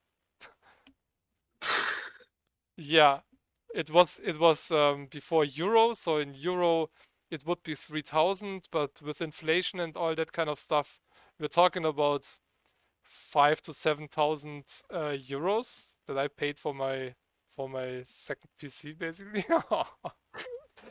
It was a monster. I mean, hey, it was a Pentium 166 with 64 megabytes of RAM, and I had a 4 megabyte graphics card. I could play Quake 1 in 1024 by 768 in high frames, all maxed out. Where friends of mine needed 640 480 or 800 by 600 at max, not one had 1000. And I still had resources left basically, but I think that was the maximum resolution. And I was like, uh, can I use a higher resolution than that? And a friend of mine who brought it over, he was, if looks could kill, he killed me 3 times at least 3 times when I said that. He was like, and he also said, "Hey, shut the fuck up, or I hit you with my beer bottle," or something like that. I was like, is that all? Is that not a higher resolution? And he was like, "Hey, you asshole! I play with 800 resolution with with low effects, low settings. I had it on high settings, everything maxed out in 1000 the resolution." He was like, I kill you. It looked awesome, and I mean, yeah, I got something back with that system. Yeah, was definitely an awesome system. But when I saw the price, I was like, I paid how much for that? Holy shit! I didn't build that myself, um, so I had somebody build that for me. It was a company, but back in the day, it was not common to have companies where you just have a configurator and stuff. Yeah, you had a list of parts they can get and stuff. Then you called and ordered that. So yeah, I still have it. I still have it. So that investment didn't go anywhere. But yeah, in the back you can see Warcraft. Um, it's kind Basically, fan-made machinima versus remastered cinematic. Yeah, that's. I read about the remaster in the magazine I buy every month, and they took away functions. They integrated old bugs from the past. They got rid of a few cutscenes completely, um, And yeah, the CGI looks shit compared to the original. So I mean, you have it Again, closer, but it doesn't look better, really. again, people pre-ordered that game, and they pre-ordered that game with minimal information about this freaking game. Yeah, There but was months of when they didn't release anything about this game. you have to keep in mind one really important thing, and that's definitely It was Blizzard. exactly. In the past, before that, in the past, you could pretty much be sure that whatever Blizzard releases is the highest possible quality because their own standards are so high, used to be so high, that they wouldn't release something that's completely broken or not fun or something. I mean, World of Warcraft is what, 14, 15, no, it's 15, 6, is it 16, 17 years old now? Holy shit. Something like that. Wow.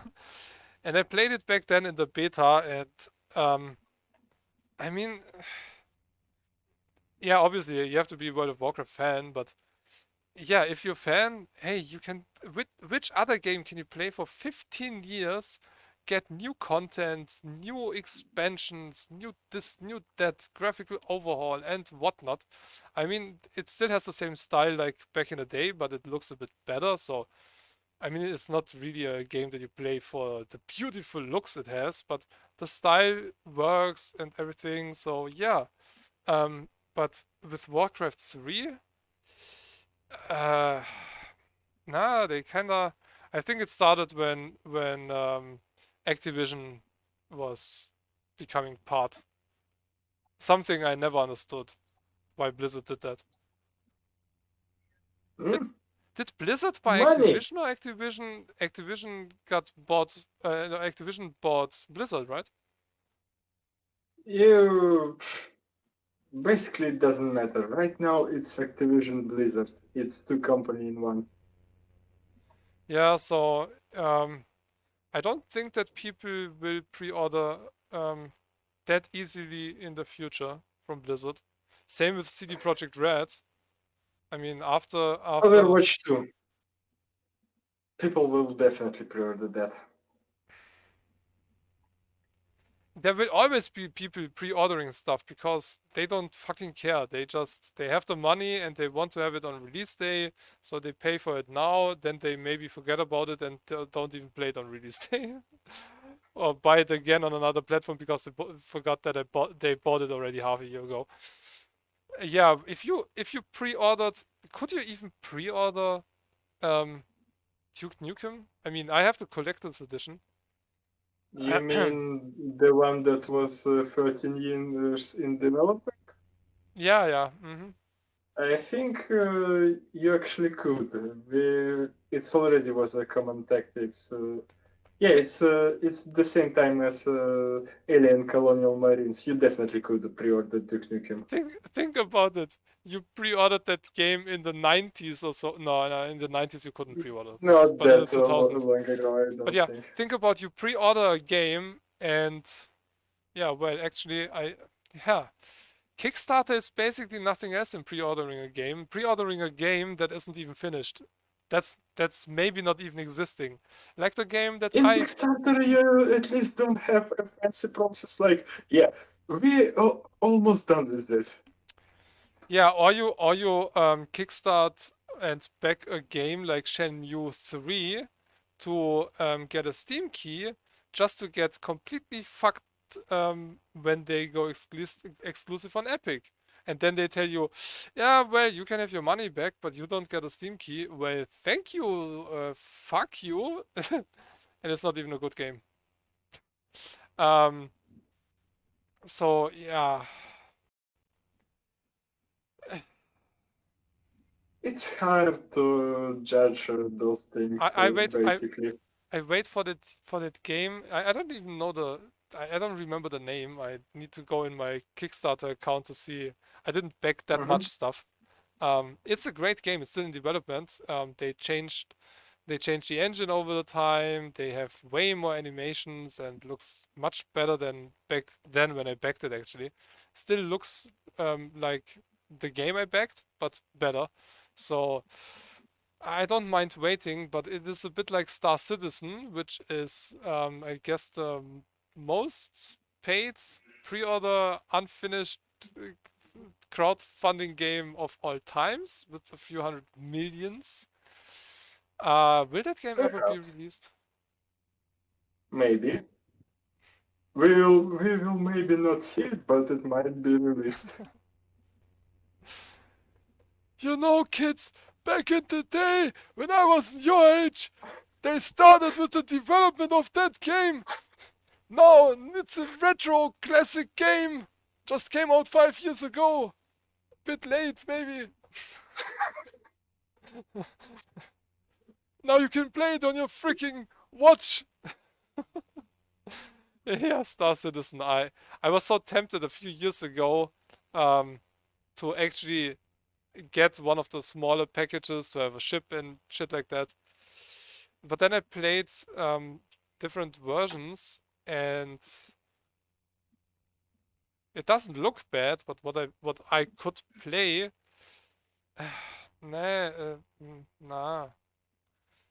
And then they split it into the Squadron 42 as a single player, and this and that and that and this and that, and let's make more and bigger and ah! It's the equivalent, the AAA equivalent, even though it's an indie developer, but a developer with a few $100 million is, yeah, that's beyond indie developer now. Seriously. And they can publish it on their own, and they have several new companies and stuff. So let's call them AAA company now. What's his name? Chris Roberts, right? I mean, he's not new to the gaming business. This is the game he always wanted to make back in the day with Wing Commander and shit like that. Yes, I know my history. But I mean, how long will that take? It's like 7 days to die. Over 7 years in the making, and still no idea when or if that game will ever be finished. No Man's Sky out for 4 years. Still not finished. Oh my god. That was also one of those pre-orders. Super overhyped game. And I knew a lot of people who pre-ordered that game. And I knew, nah, it just sounds too good to be true. And in most cases, remember And from that. a small studio. From a small, basically unknown studio who made some small games and mobile games and stuff. Such a big game with all the stuff nobody else could do before them. AAA companies. So yeah, you should take that not just with a grain of salt, but with a freaking bunch of salt. And keep in mind, if it sounds too good to be true, it mostly is too good to be true. Otherwise, everybody would know about it, or do it, or have it, or whatever. So, yeah. And when I saw some people play it and they were like pissed, I was like, nah, nah, nah, nah, nah. You got what you asked for, la la la la la la. So, yeah. And I still wouldn't. In the state it is now, $15 at absolute maximum, and then you still have to be okay with really bad bugs, like other characters landing on your spot where your ship is and clipping through your ship. You couldn't do the same. They just land on your spot. They don't care. I mean, it doesn't matter because you still can fly away as if there would be no ship, but I mean, it just looks like shit. I wanted to get back to my ship, and I was like, wait, I parked here. Where's my freaking ship? And then I saw, oh, wait, there's another ship clipped into mine. Ah, I get it now. That's that stuff. Or graphic glitches, or just in general, no content. I mean, you find stuff, but nah, it's nah, nah. And then they did such a big overhaul the last time that planets that you already knew were completely terraformed. So now they look completely different. Have a new terraforming system and hey, well, let's place it in the whole freaking universe. Oh, you had a base there. Sorry, that What might base? yeah, base? What base?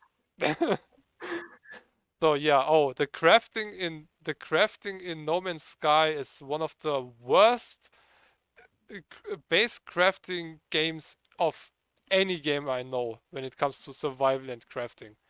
Really, really bad. Usability of that is so shit, it's insane.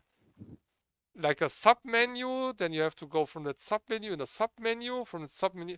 There's no way to have it just open and see, oh, I can craft all that stuff. No, no, no. You have to go in there, then you have to scroll over there, go in there, go over. Oh my god. For a controller, yeah, for controller it works. Mouse and keyboard controls, oh my god, no, you don't want that. It's definitely, that update was made with controller in mind. And yeah, fun stuff in the background, like completely freezing, or I don't know, what was it? Desynking. A Yeah, I bunch think of yep, this desync. bears running around the stuff and it's really from a quality point of view. This is also why did they release that game? It's an unfinished from what I saw and read about Warcraft 3 Reforged. It's an unfinished game Yes, with and missing basically features. eh, all info that I could find about Warcraft 3 Forged is basically what I told you. They started to make it, they tried to make it, then there was a lot of months of silence, and then Warcraft 3 was released. Sometimes, Basically, it is an abandoned game. They released an abandoned game. yeah, normally, or I mean, there is a fan-made um, remaster or so for Warcraft 3. I think we want to skip that part of the video because I know some of the maps that will be shown in this video. All right, anyway, so yeah, sometimes it makes sense to just ask somebody from the community to make it. I mean, what they promised, yeah, I mean, a lot of companies are good in promising. Hey, no free refunds! Yep. Well, Because, at least we can upload CD project for the. Yeah, we will give you a refund. yeah, at least that, yeah. And I saw a video title about something people will be surprised of when they still own it and then refund it or something. Yeah, basically free DLCs and stuff like that. Yeah, I mean that's the minimum. Hello. I saw another video. Oh That my god. They announced there will be a new Star Wars Knight of the Old Republic, and the one, what? yeah, yep, and it comes from. Actually, I read another news after I saw the title from the video. So, I think Ubisoft got the Star Wars license. EA doesn't have the license anymore. Disney took that away from them. After years of fails and fails and fails and more fails with the Star Wars license, they finally realized, okay, they had their fair share. The last game wasn't that bad, but you know what? Fuck EA. Let's give the license to a company who actually knows what they're doing. For most games. So as far as I know, Ubisoft will be taking over the license. And since the Assassin's Creeds and the Far Cries and all are not really bad games, might not be a bad choice. Snowdrop still a bad engine.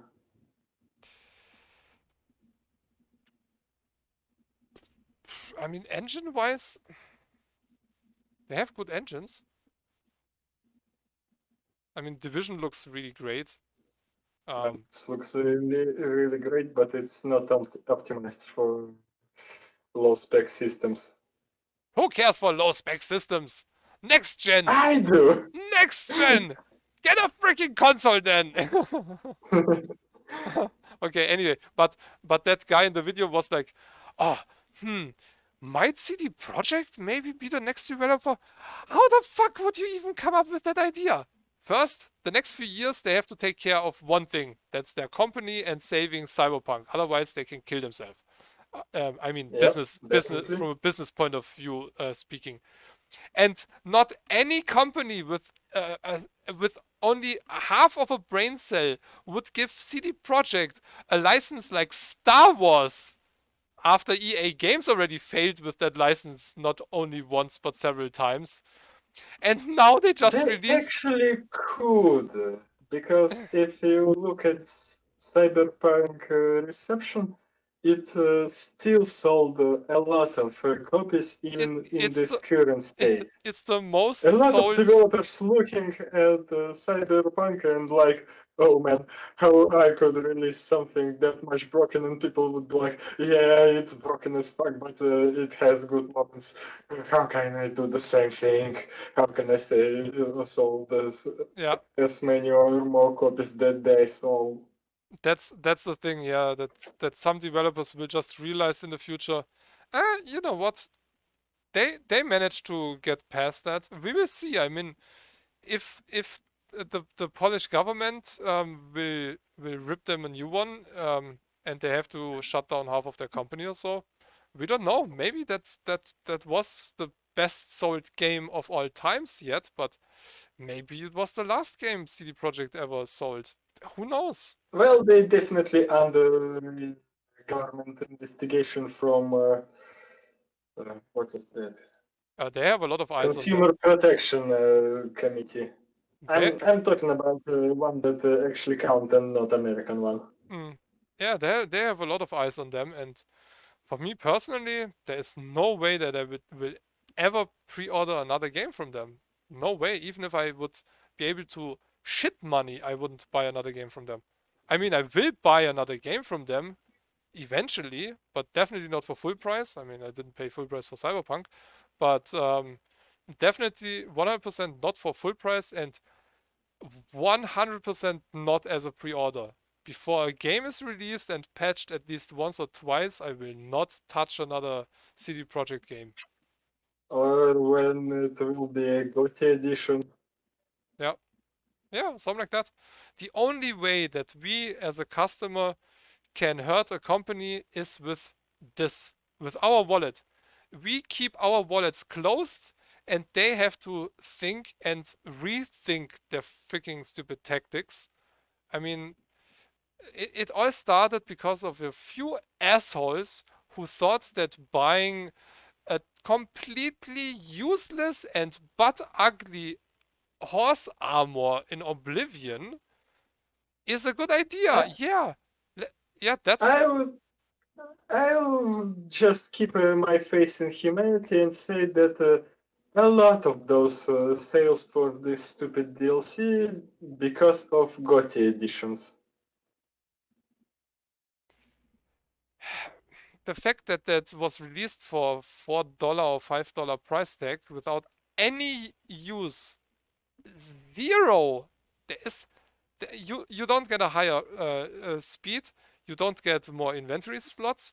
You don't get extra armor for your horse. You get nothing, and it doesn't even look good. It looks like shit with the Anyway, that's the main reason why why we have the shit we have now. Like, oh, you want 2 or 3 special skins for the weapons in your game? Oh yeah, sure, here. Or only costs $2. Yeah, but you add that and you add that, and in the end, if you want to have a game full with everything that is released for it, might end up paying 100 or $200 just to have all the DLCs. And I mean, for some games, I understand DLCs. For some other games, no. For some other games, it's just greed. So Speaking of greed, I remembered how Mass Effect 3 was in the pre-order phase. I do remember how they announced with this fucking game a DLC that basically a fucking cut content from the game. They cut it one character and one story arc from the game just to resell it as DLC or make a deluxe edition look more fancier, sparkly. I don't fucking know what was the thinking process about that. What game comes directly to mind, at least for me, when we're talking about shit like that? Borderlands. Because Borderlands was released as was it the Super Deluxe Edition? Which for every normal thinking human being means it's more than just a deluxe edition and there's nothing afterwards. I mean, yeah, they found something. It's the ultimate deluxe edition now that you can pay for more money to get a second season pass nobody asked for. And one of the new DLCs is called the the art cut DLC or something like that. And the other one is the director's cut? Something like that. If a DLC or a game or a title includes the word cut, you don't have to be Hawking or some other brainiac to realize, that was in the game already and got cut out of the game to make more money. So now you have you get new skill trees for the characters. You get some other graphical stuff. You get a battle royale mode for Borderlands because everybody wants a battle royale mode in Borderlands. And oh, guess what? Your skills, your weapons, no, they don't count. No. Everybody is the same. It's a battle royale game. Your skill, no, it doesn't matter. No, just play any class. It doesn't matter. But it's fun, right? Isn't it? Shit like that. And I mean, I'm so fucking shining with joy. yeah, totally. It's amazing. I want to. Let me make me more shining.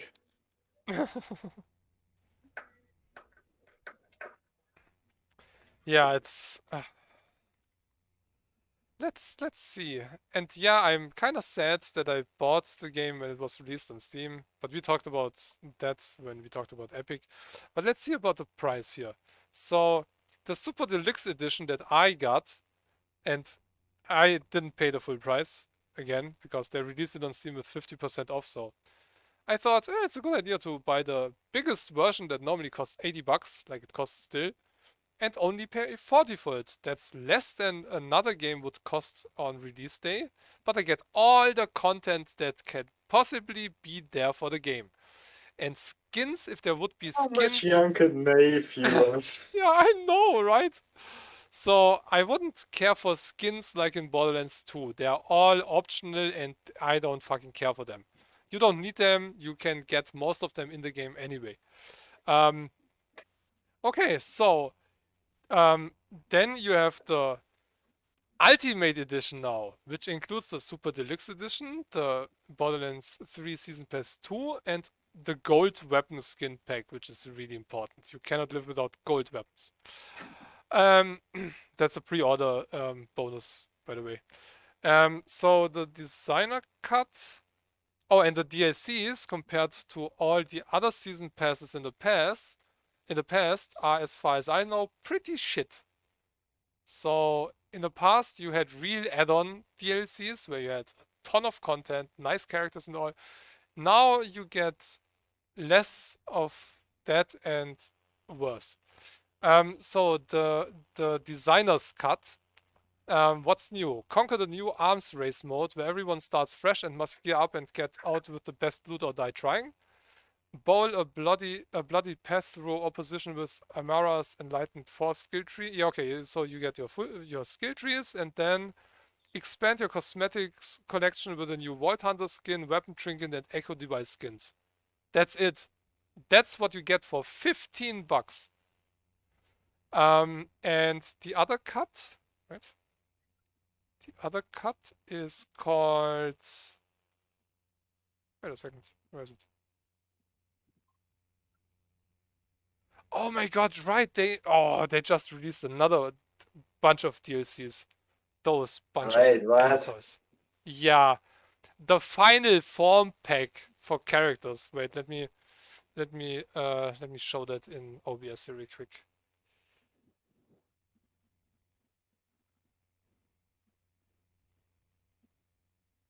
Okay, so here let's take Flag because I'm playing that. It's in my library. Oh wait, you got that for something. Then it's wait. I think I got that with the.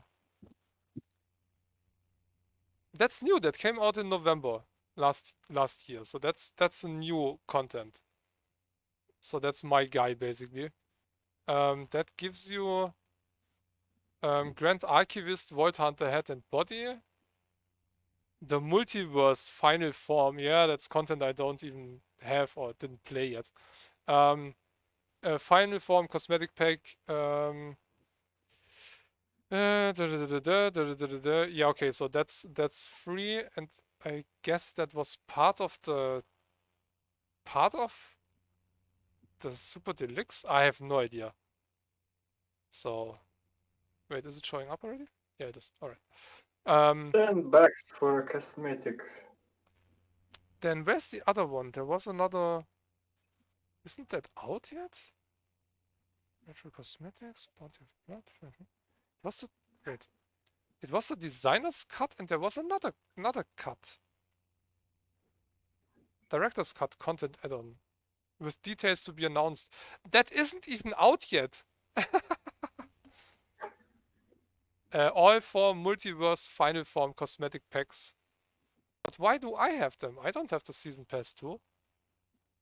Which costs another $30 on top of the money I already paid. So if I had paid $80 back then, I need to pay $30. And yes, you guessed right. Zero coupon or sale or deduction if you have the full super deluxe edition. You don't get the new update for free or anything because Gearbox is a nice developer. No, Gearbox is another one of those shit asshole devs with shit publisher 2K. Those two With companies. shit asshole CEO. Yeah, exactly. Shit CEOs. And this one is definitely a shit and asshole. Yeah, those two companies are the next companies who can go and fuck themselves. Seriously. I don't care for them anymore. They destroyed so much over the last few years. They're done for me. And 2K are also the reason why Evolve got killed back in the day. So, and since I have to switch that a bit over here, so that's better. Okay, mostly negative because why wouldn't it? And the season pass too. That's the one time where I think that most gamers are actually pulling on the same string or rope or whatever. From what I read in the forum, and there are hundreds of pages in the release notes or announcement for the new season pass, 80 or 90% are really pissed, and they're all like, you know what? Hey, fuck you with that season pass. Deinstalling the game now or never buying another game from you and stuff like that. And when you look at the reviews, we have 152 reviews. 152 people only bought it. Because if there would have been more, everybody would post that review. Because mostly negative. Yeah, basically everybody says, hey, shit performance, shit content. I mean, you know that it's shit content. You get a battle royale mode in an RPG like loot shooter where you have skills and skill trees, but you cannot use them. What the fuck? Then release it as a Borderlands inspired battle royale, like a border royale kind of game. Or I don't know. Make it free to play and Or even better, put it as a separate mode, like Call of Duty Warzone. Yeah, exactly. That's what I mean. Make it a standalone game. Ask for $5 and sell it as a Borderlands related battle royale. But asking $15 for a mode like that and only a handful cosmetics is just bullshit. So Definitely. the game itself has over 50,000 reviews and only 152 people got the season pass too. If a company is not, that might be the reason why the director's cut DLC is not out for sale, because you don't see that here. That's what I was looking for. That was actually to be released a while ago, shortly after the designer's cut. There is no director's cut, so What is rating of for designers cut? Is people liked it? oh yeah, definitely.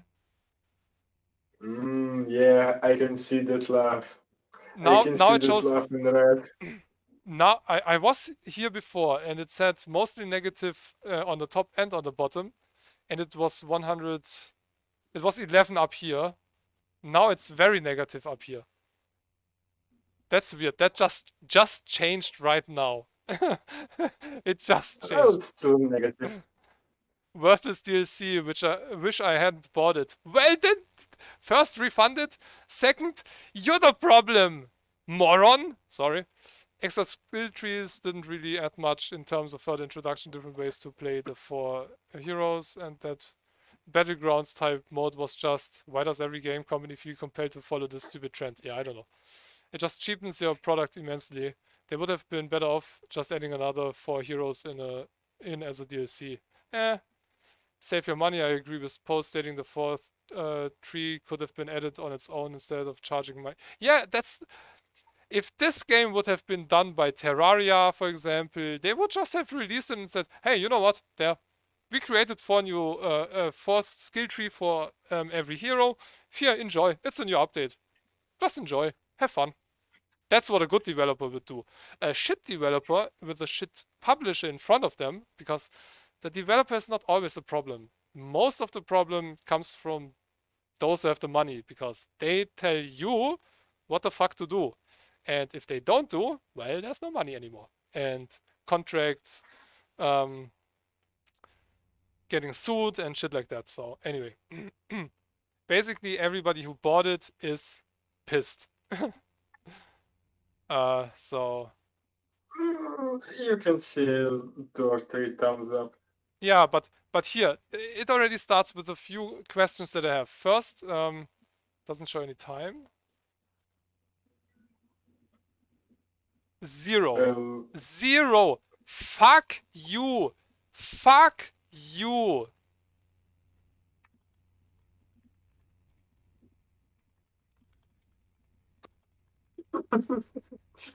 Yeah, and I know they take down shit like that, because I always get those. I still get those emails for years now. Hey, thanks for your report. Thanks for your report.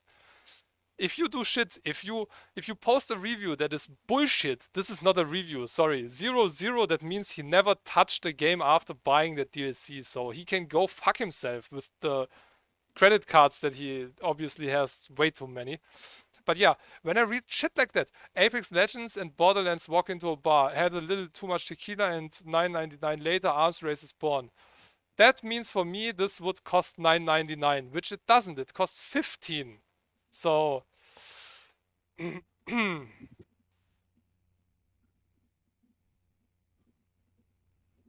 yeah, that's I just. heard about things getting cheaper, but game getting more expensive, and it's not the game; it's a freaking DLC with the mode that people basically seek of.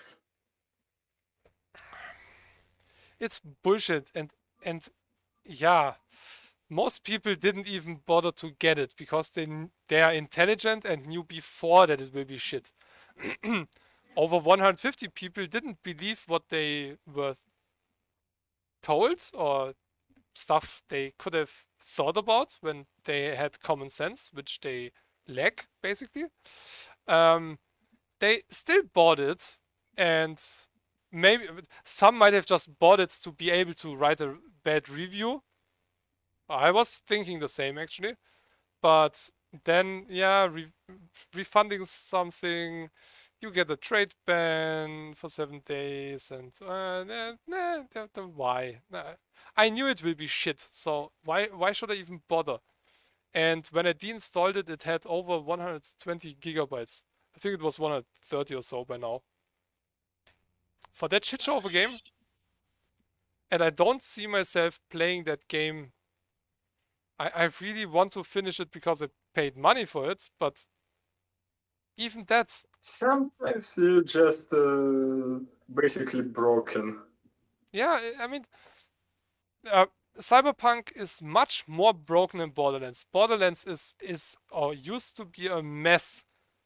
7 months out on Epic and on Steam, it was a shit show. Bugs, performance, it was bad.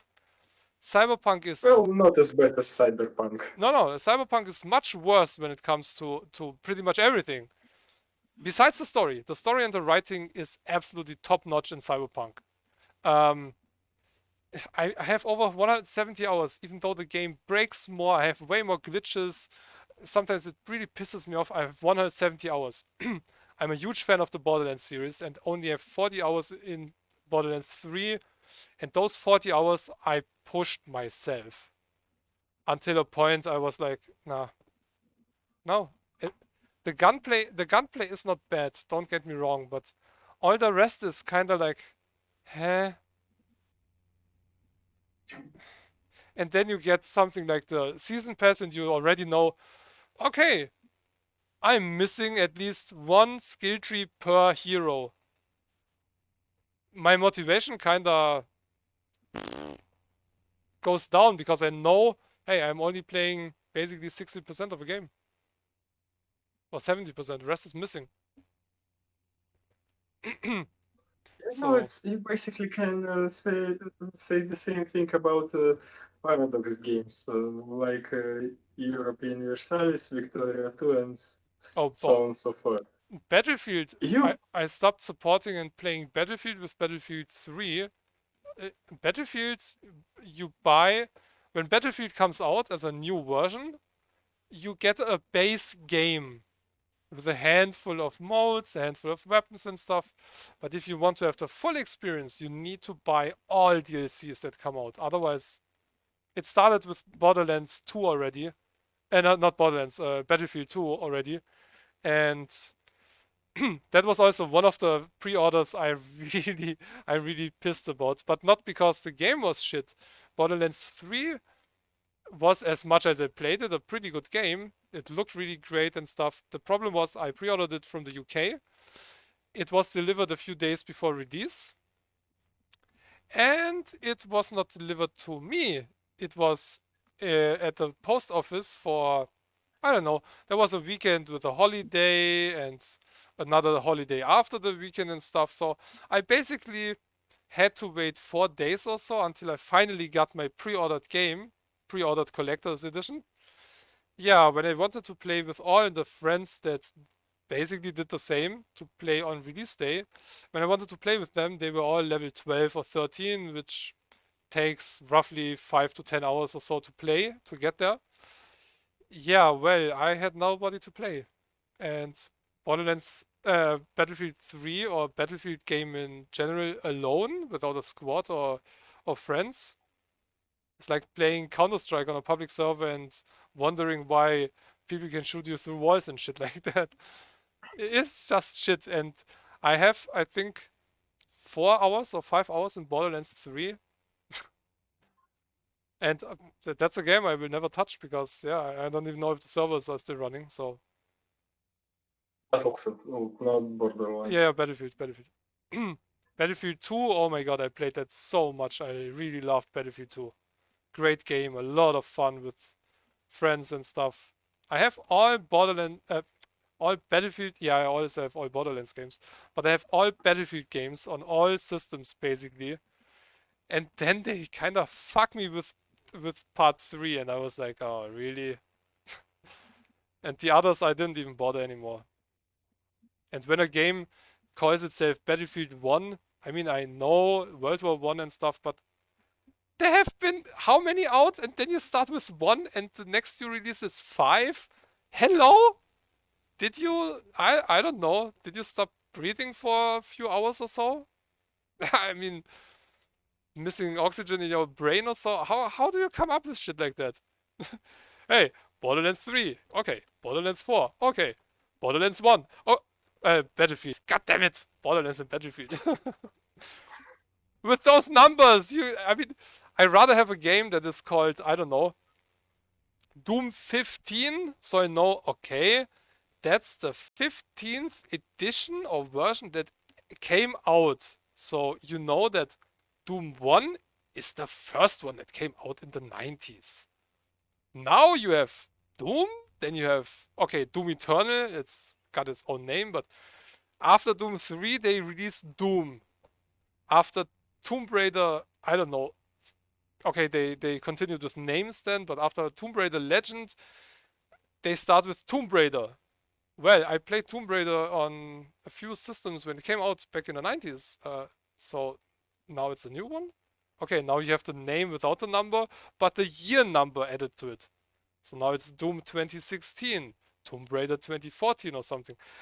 Just name it 10, 11, 12, and in a few decades we're at Doom 99, Doom 150, it's in 2100. I don't fucking care. Just number it. It's like so stupid. I mean, Rambo started with 1 and ended with 5 or something. It started with the First Blood, then it was Rambo First Blood Part 2, then it was Rambo 3. Yeah, okay. So there was never Rambo 2. Yeah, okay, yeah, okay. But still, you still had your... It didn't continue with Rambo again. Or First Blood again, or... I don't know, shit like that. Rambo 5 or something like that. It's named just Rambo. Is it? Yeah, I think so. Okay, but the first one was First Blood, so it had that added Yep. part already. So it is a bit different in the title. It's not just... It's already not that much confusing. Yeah, exactly. That's the thing.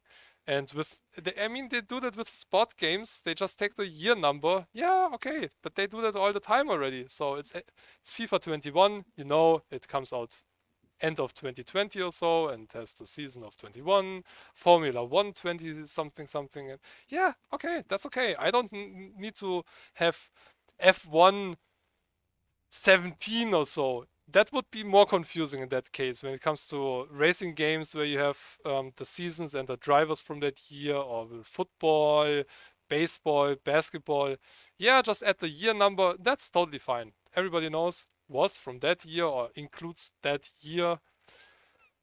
But yeah, sometimes it's just weird. Anyway, let's play another video here. Yeah, just for a background, but I think we almost Yeah, talked about all the stuff.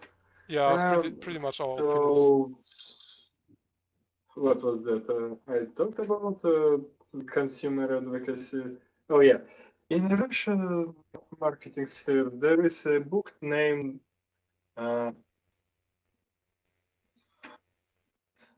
it's a good Russian word, but if you put in it in English, it's something like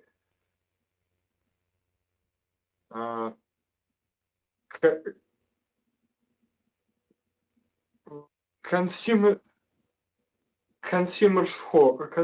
force or something like that. So basically, every customer is a whore for any kind of company. And that's basically, again, it's not something new. It's not I'm putting idea into somebody's head. It's already in a lot of people's heads, and we basically already feel this effect on us. And now if I'm taking info from groups like Facebook Gaming and talking about them and those ideas are wrong, it's not because I'm putting ideas into stupid developers and marketing teams' heads. It's because those ideas already in their heads, and we should talk about them so that we should be pissed before they will be implemented. So those assholes would know that we know that we know about the stuff. Well, you get it. Yeah. So basically, a lot of companies treat us as their personal whores. Basically, look at Clash of Clans and something like that. We for them they're just working and just fucking wallets. They don't care about our opinions. They don't care about our experience. All they think they care is only our wallets. The same thing with pre-orders. They care only about our wallets, and they basically they already know that no matter the quality of a product, they have this amount of sales already. Yeah, and if you pre-order if you pre-order on a system that normally would give you a refund, there are rules for refunds. Like if you pre-order anything on Steam longer than 2 weeks before release, so let's say you thought Cyberpunk would come out in April and you pre-ordered it in March, you were basically fucked because you have 14 days or 2 hour max of gameplay to be able to refund. In case of Cyberpunk, you could have gone directly to them, but normally if you would have asked for refund on Steam directly, they would have said, fuck Yep. you, read the FAQ. You know that you can refund it for 2 weeks, and anything over that, nope, you're fucked. So developers know exactly how much money they have before they hit the release now button. So yeah, like Lothar said, um, CD Projekt also was aware that they were already in the millions of money from the pre-orders because I mean, I think half of the people who got the game on release pre-ordered it. I think that might be the most pre-ordered game of all times as well. Not just the game that sold the most, but also the game that was pre-ordered the most. Because No, it's no, definitely lacking. It's on 8th place or on units sold. First place is Call of Duty. I did, Pre-orders and units sold is Call of Duty. but they just hit another milestone with digital sales, best digital Yep, sales or something. best single-player digital sale game. Yeah. I mean, yeah, sure. I mean, I'm And not. it's on 8th place if you count games with multiplayer. Nah, I don't count now. I would never compare a multiplayer game to a single player game as less as I would compare a 3D survival game with a 2D survival game like Terraria, for example. So, no, Well, again, marketing team doesn't give a shit. They see that Call of Duty is sold yeah, money. 1.5 billion units, then yeah, we should make Call of Duty. Yeah, but is there a way to find out about the pre-orders? Which game was pre-ordered the most? That I would. think that those numbers must correlate with units sold. So you have most units sold But just when it was released. from a hype I don't know. just from a hype point of view, I think more people pre-ordered Cyberpunk than Call of Duty. More people was pissed at Cyberpunk than at Call of Duty. Yeah, that's for sure. But just talking about the fact that people were waiting for that game for years, and Call of Duty releases a new game every year, basically. So, Yep. although I don't, I guess the sales are so high because there are console sales and PC sales combined. I think Call of Duty might have sold more on consoles.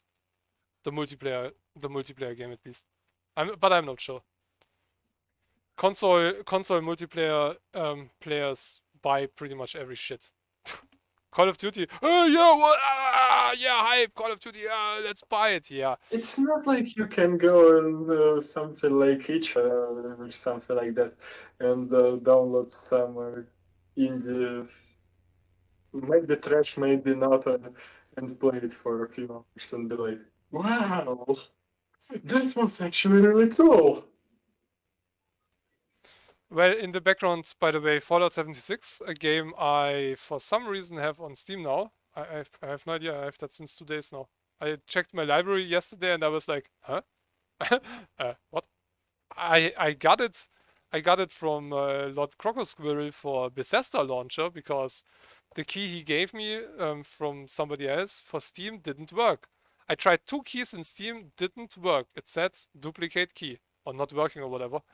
And so either it was activated somehow or the key for some reason now activated itself. So I have no idea. But yeah, I have Fallout. I have Fallout Tactics and Fallout 2. I think I had Fallout 1 already. But I was like, huh? Why? and I thought, okay, yeah, there might be a Something's wrong here. yeah, and I thought there might be there's a free weekend or something. There must be a free weekend, right? And I looked and I searched and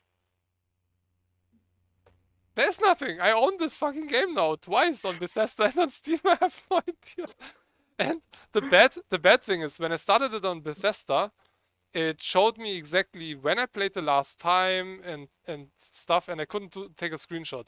And I thought, oh well, since I have it in Steam now, why should I play it in Bethesda launcher? A launcher I basically never use. I do have a handful of games in there, but I never use it, so I deinstalled that and installed the Steam version. And yeah, well, looks like my save started, but that intro picture where it shows you how long you played or when the last time was. So I didn't play that since 2017 or so, when I remember that right. So it will be interesting to play it again. But seriously, I have no idea why that is in my library. I seriously have no fucking clue. I got no info, like a gift or something. Another game was revoked a few days ago, but I mean, I don't mind. Hey, don't get me wrong, it's a $40 game. And Croco and the other guy want to see me play this. I played it in beta, so I still have all the stuff that I collected in the beta. But yeah, this will be interesting. I'm gonna play that soon, and since I have it in Steam, it's easier for me to just yeah, I'm in the mood, let's just start it. I installed it, so it is installed. So but let me grab another video for the background here. Which one do you want to show? Because I think we can sooner or later get to an end. Yeah, let's go with The Witcher. The Witcher? One of those. Then let's go with the last one, since that's the one most people still have in their head and in their minds. Carnage, who was in the background at the moment, also had so many weird glitches. Okay. I know there were bugs in The Witcher 3. I didn't see any when I tried that, but Well, it's like with Cyberpunk. I saw bugs for Cyberpunk, but didn't encounter that much as you did. but to be honest, if you see shit like that, in a game like The Witcher, where you have to do with poltergeists, ghosts, fairies, and all that kind of fantasy shit, you see a chair move. Wouldn't you expect there's just a fucking ghost or something? That's the problem I have in Cyberpunk now, after playing it for 170 hours and breaking it so often. I sometimes don't know anymore is that supposed to happen like that, or is that wrong right now? I seriously had a few situations where I was like, I'm not sure if that's right or wrong right now. It could be both. So I was like, I clipped one or two things where in the time after I played it or continued to play that situation, I realized, oh, that wasn't a bug. That was actually a feature. Like in the background, you're talking. It's the scene where you talk to Rogue, and she gives you a shard, and you look at information, and the information pops up and is in your face basically, like that overlay that you see. Mm-hmm. You see a bit of information and all that scanning shit and the text and stuff, and then it kind of stays like that. She continues to talk, and you see she moves and everything. And I thought, hey, fuck, now I have the HUD in my face. And I clipped it, and it was still running. And then new information popped up in that overlay. So they could have turned it off and then turned it on again to, oh yeah, and here's more information or something like that. Or have something. It was basically just that red the red windows that you could see and nothing else. And they were talking in the background. I was like, hello, I'm missing out the cutscene. I want to see the face while she's talking because of all the movement and stuff, what I'm looking at. And then it just continued, and I was like, okay, I just clipped a bug that wasn't a bug because I had it in another situation.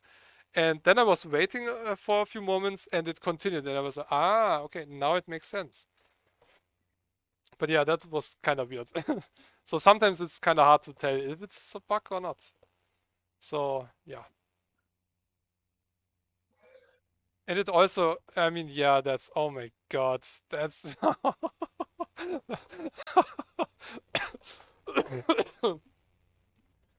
What's wrong with the Well, as I sauce? told you, things with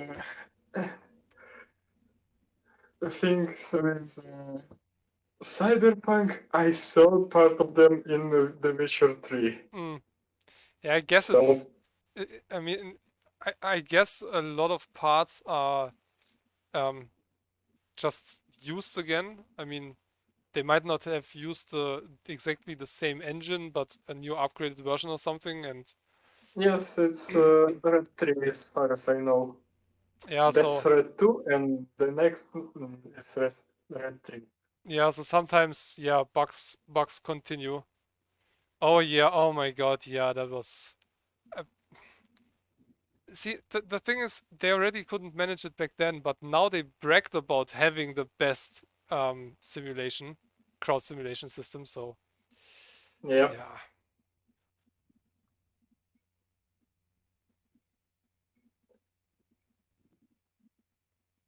yeah. And we suddenly go silent over The Witcher 3.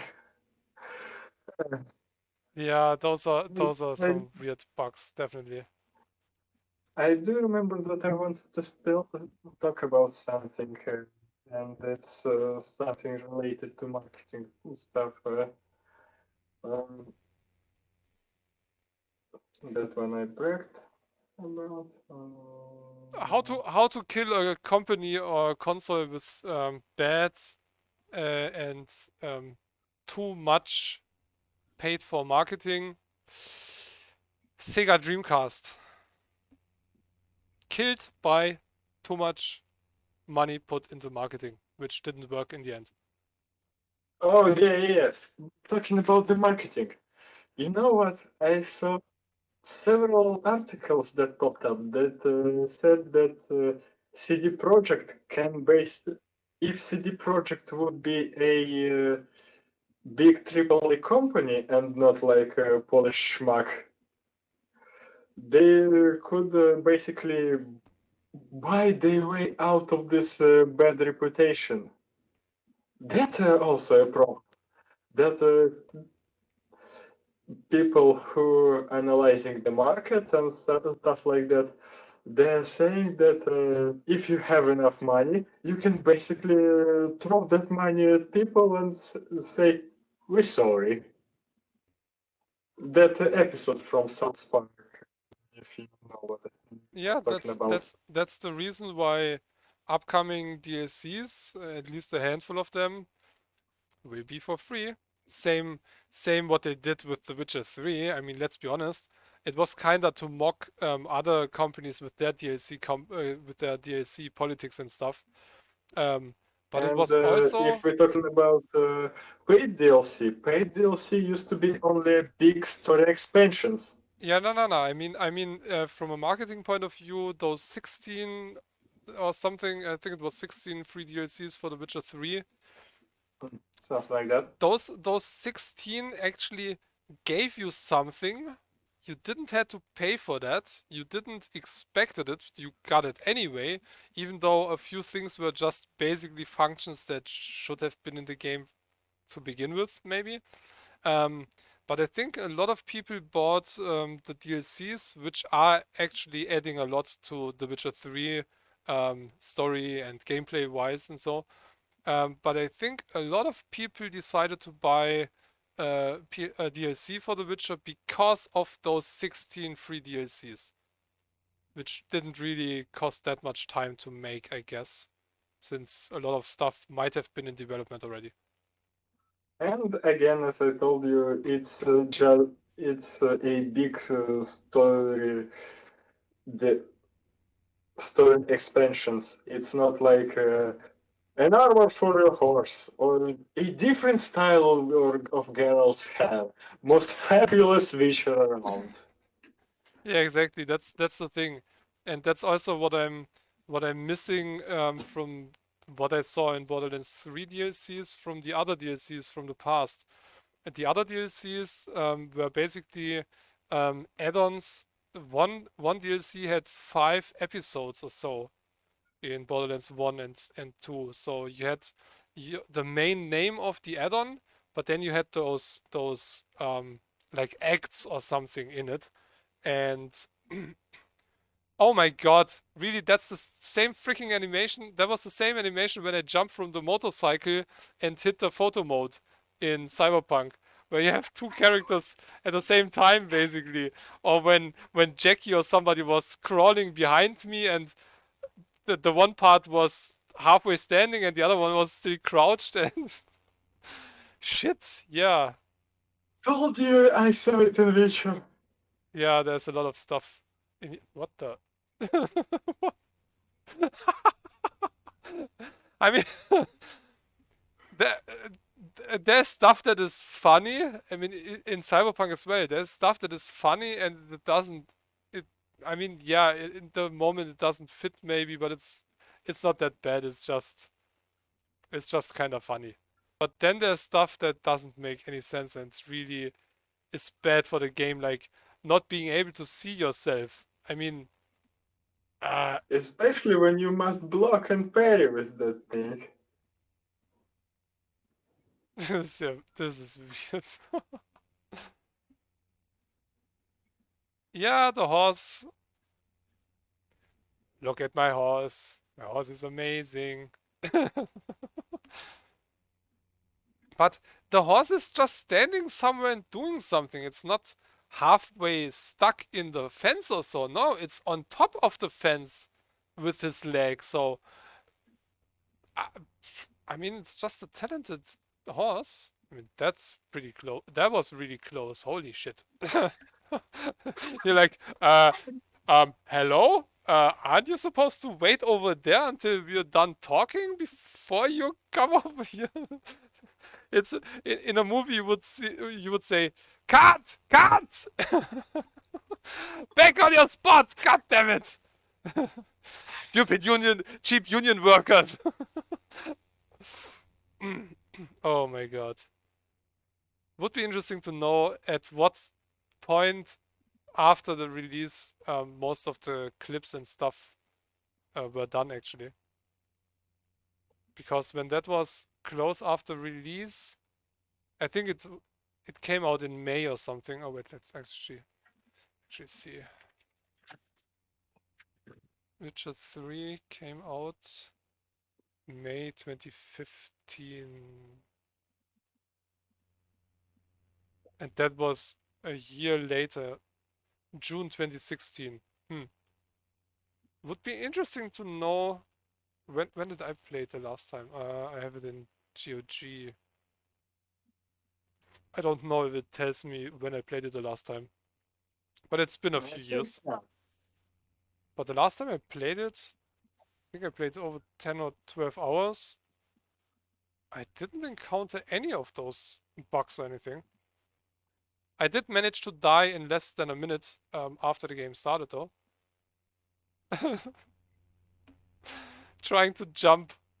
Well, I did not expect him to jump a step in the front. I just expected him to, from a still stand, jump up. Well, he jumps up and a little bit in the front. He jumps up and a little bit in the front, enough to jump on the balcony and over it. So I dropped him at death. Right at the moment you could take control over him, I was walking around a little bit. And then I went on the out to the balcony and I was, oh cool, let's jump on that thing maybe, and he was just leaping over it. I was like, no! Don't leap over it. Yeah, that was pretty bad. See, I just started it. It just updated, kinda. But is it updated? Did it update Galaxy? And for some reason, they don't even manage to fix Galaxy at the moment on my end. It tells me since December 23rd, there's a new hotfix out. Install it now or later. Well, install it now, doesn't do it. Install it later, doesn't do it. So, well. I did have the same problem as well. The Witcher 3, does it tell me?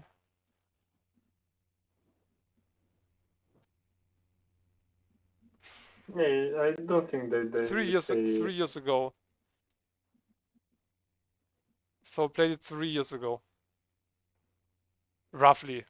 So 2020, end of 2017, beginning 2018 or so. Yeah, so no wonder I had no bugs then. But I did play it when it came out. I got it together with Arkham. No. Oh, Arkham Knight. Yeah, Arkham Knight. A friend of mine bought a graphics card and he had no use for those two games, so I was happy to give him a little something for the keys. So, yay! So I had no problem with Arkham Knight either at the beginning, besides the streaming, the texture streaming thing. Yeah, we forgot to talk about that game.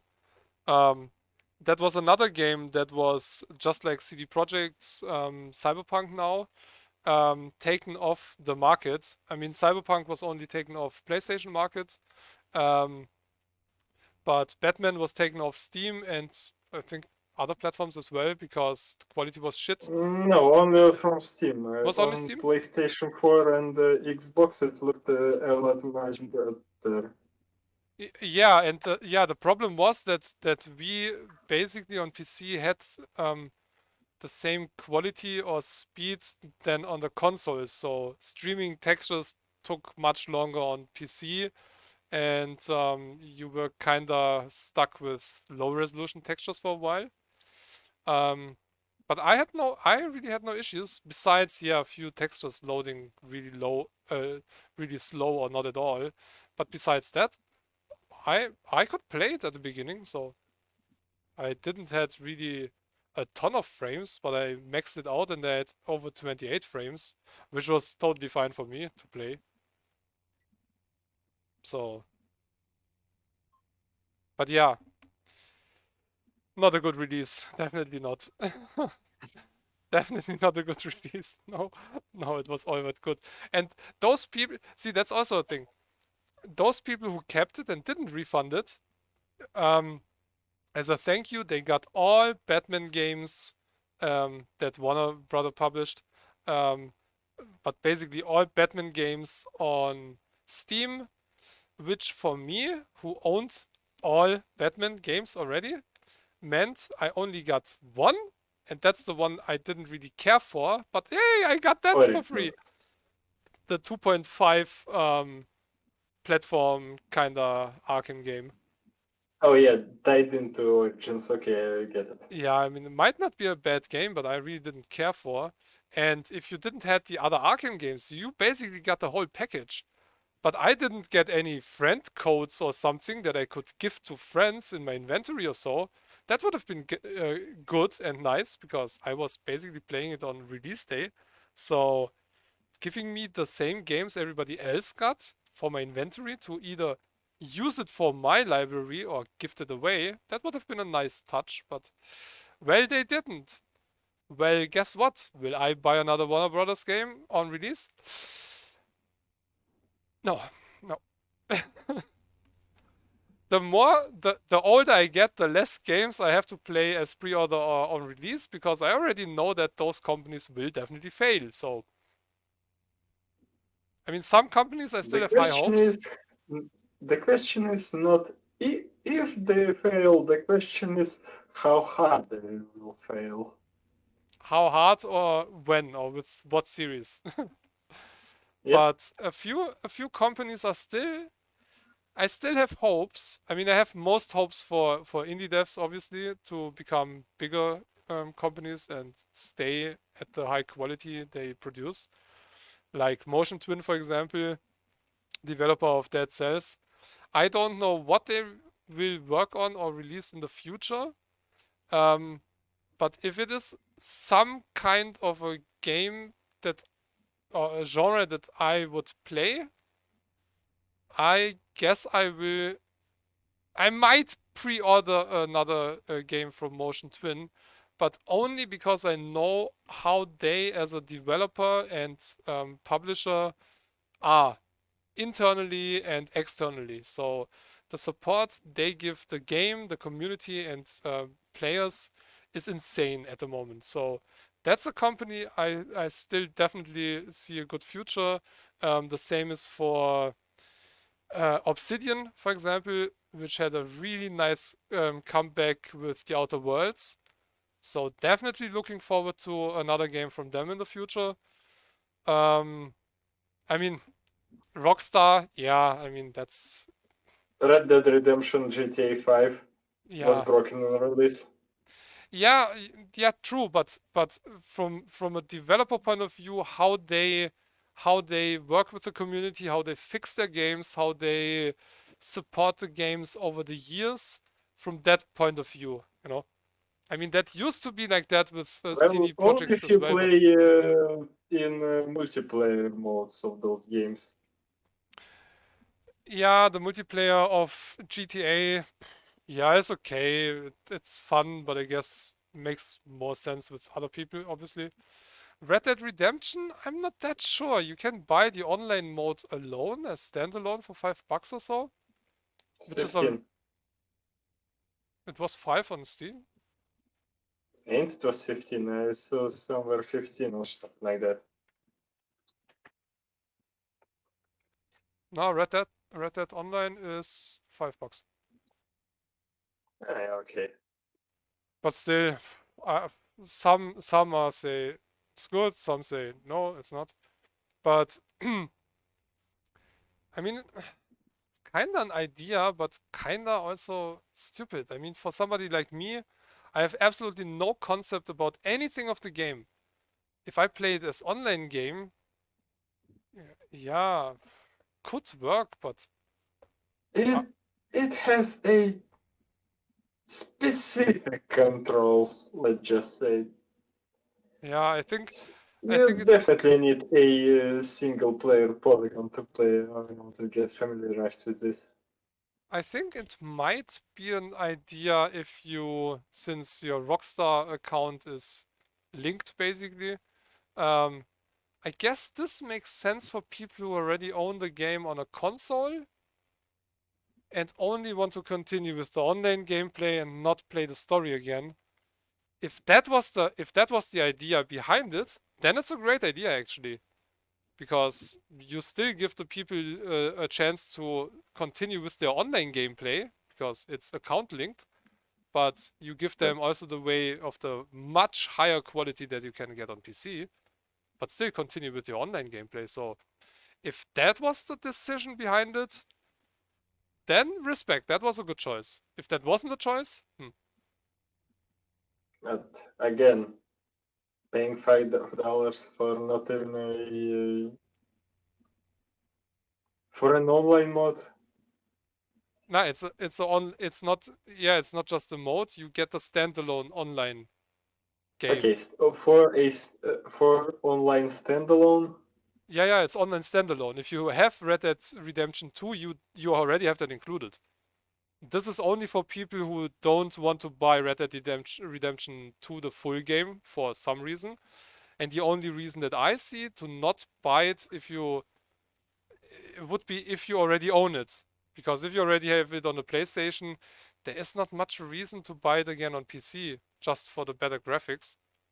But if you Yeah, still maybe. if you still enjoy online on console, then it might make sense because $5 and I can continue with my character but in higher quality. That's actually a pretty good idea. So yeah, sometimes it might make sense, but it's getting harder and harder. I mean, companies that you knew will release good titles, you can be sure now that they might suck or will suck in the future. Like Bethesda, I would never ever pre-order any game from Bethesda. Not even, Blizzard. no, Blizzard also. Blizzard is done. They're definitely with pretty much everybody who released a shit game in the past, and let's be honest, Bethesda only released shit games in the last few years.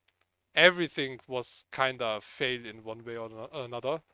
They also killed Fallout, so let's hope that the next Fallout will be Obsidian, and I think it will be Obsidian. You know when I had to laugh when he talked about Skyrim 6. If Phil Spencer has anything to say, and if he thinks a little bit, I hope that he will kick Todd out of Bethesda this year. I don't believe that he will be still in Bethesda when Skyrim 6 comes out. No. Well, he might be still in Bethesda because he is a CEO. And So right what? now he has a bigger CEO. So Todd might be still around, but as a puppet who will control others. I don't. He I don't. already CEO, so they should not put anybody new here. It Well, just from that point of view. keeping him in that position after destroying Fallout basically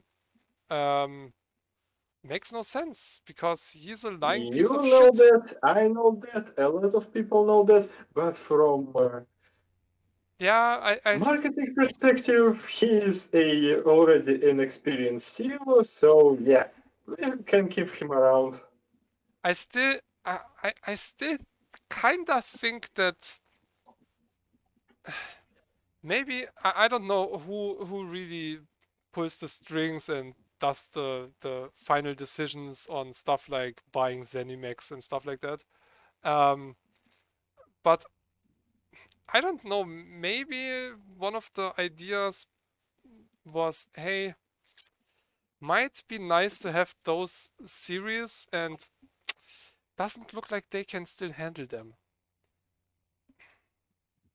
Yeah, So who knows? we will see, Basically, but we know that Microsoft buying studios to create new games specifically with Xbox in mind. So yeah, it's definitely just to make Xbox more appealing.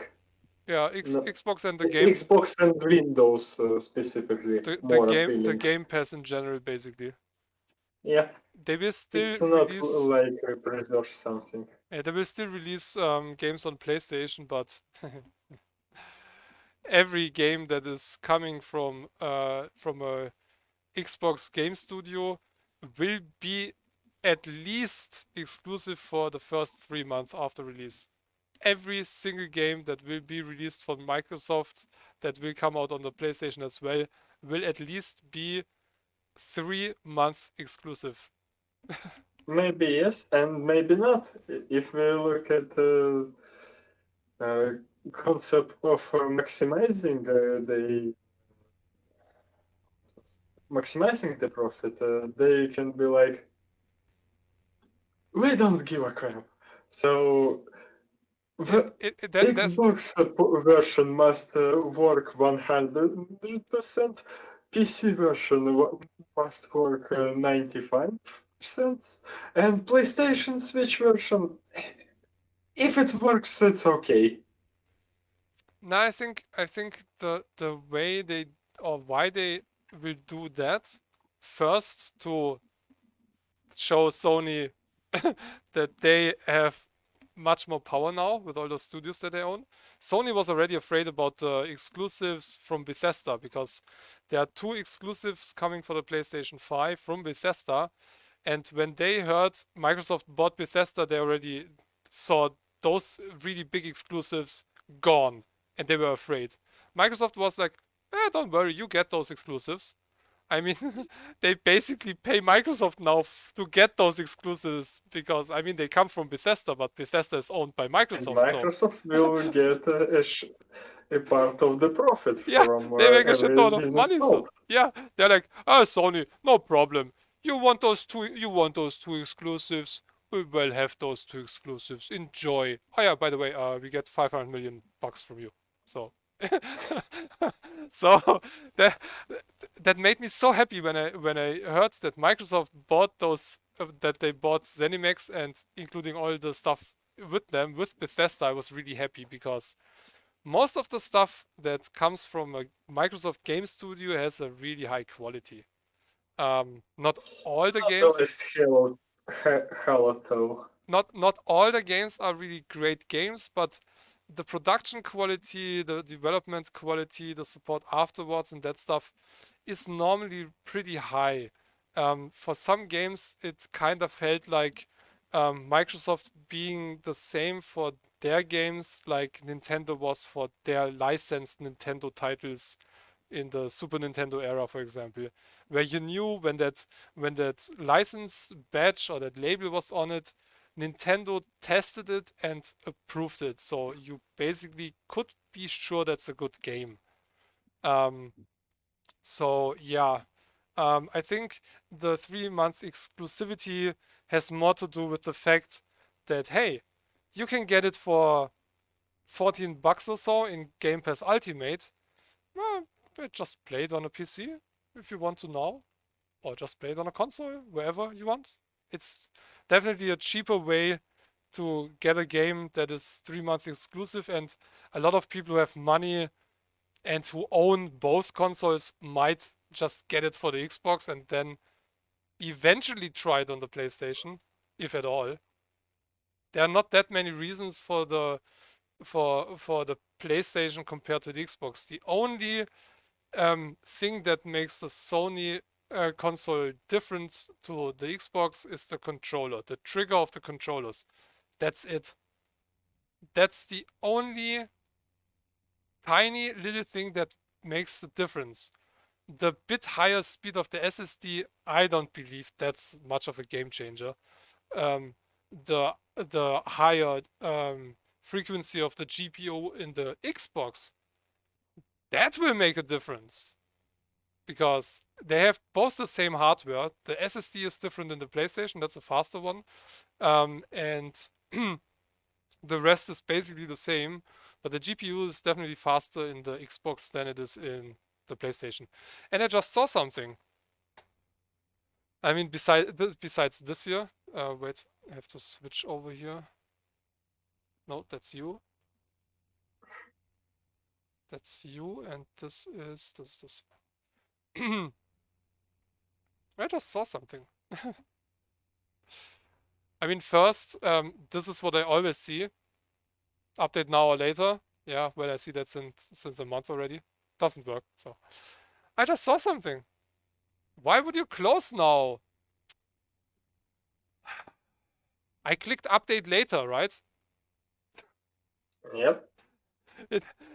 Yeah, and now it tries to update. You don't see it now, but now it tries to update. It goes up the loading bar with the percentage, loading, done. It's not opening it. So I have to open it again, which is okay when a game or a program gets updated. You have to open it again. It didn't update. I can already spoil it. It did not get updated. In a minute or two or whenever, it will ask me again if I want to update it. But I saw something really interesting. I was kind of waiting for that for a few days already, since last week actually. There was a new update. Yeah, it takes a while because it's for some reason every time I open Galaxy now, it starts to import shit that it already has. But can you show it now? It also tells me to add friends, and normally there should be at least one online. There was a new update. Hotfix 1.11. Oh. Okay. Interesting. But again, I told you, I think I told you before that live. So CD Projekt on Twitter or something like that said that they know about game breaking bug, but they still have no idea how to fix it. So it's 1.11 should not fix that bug.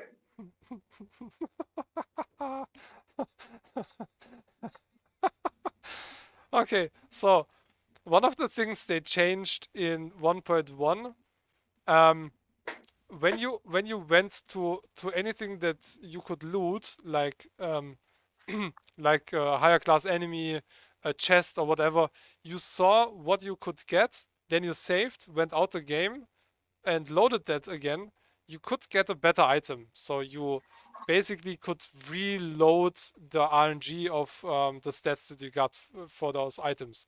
That was the only way, as far as I know from a few videos, to get the best quality in the game, which is for stats or for slots for mods for clothing, for example. And then they changed that. So with patch 1.1, every single time you got the drop, that was it. It was fixed. There was no reloading. When it was loaded once, it was generated, it was done. So this update addresses two issues that appeared after patch 1.1. Item randomization has been restored to the previous state.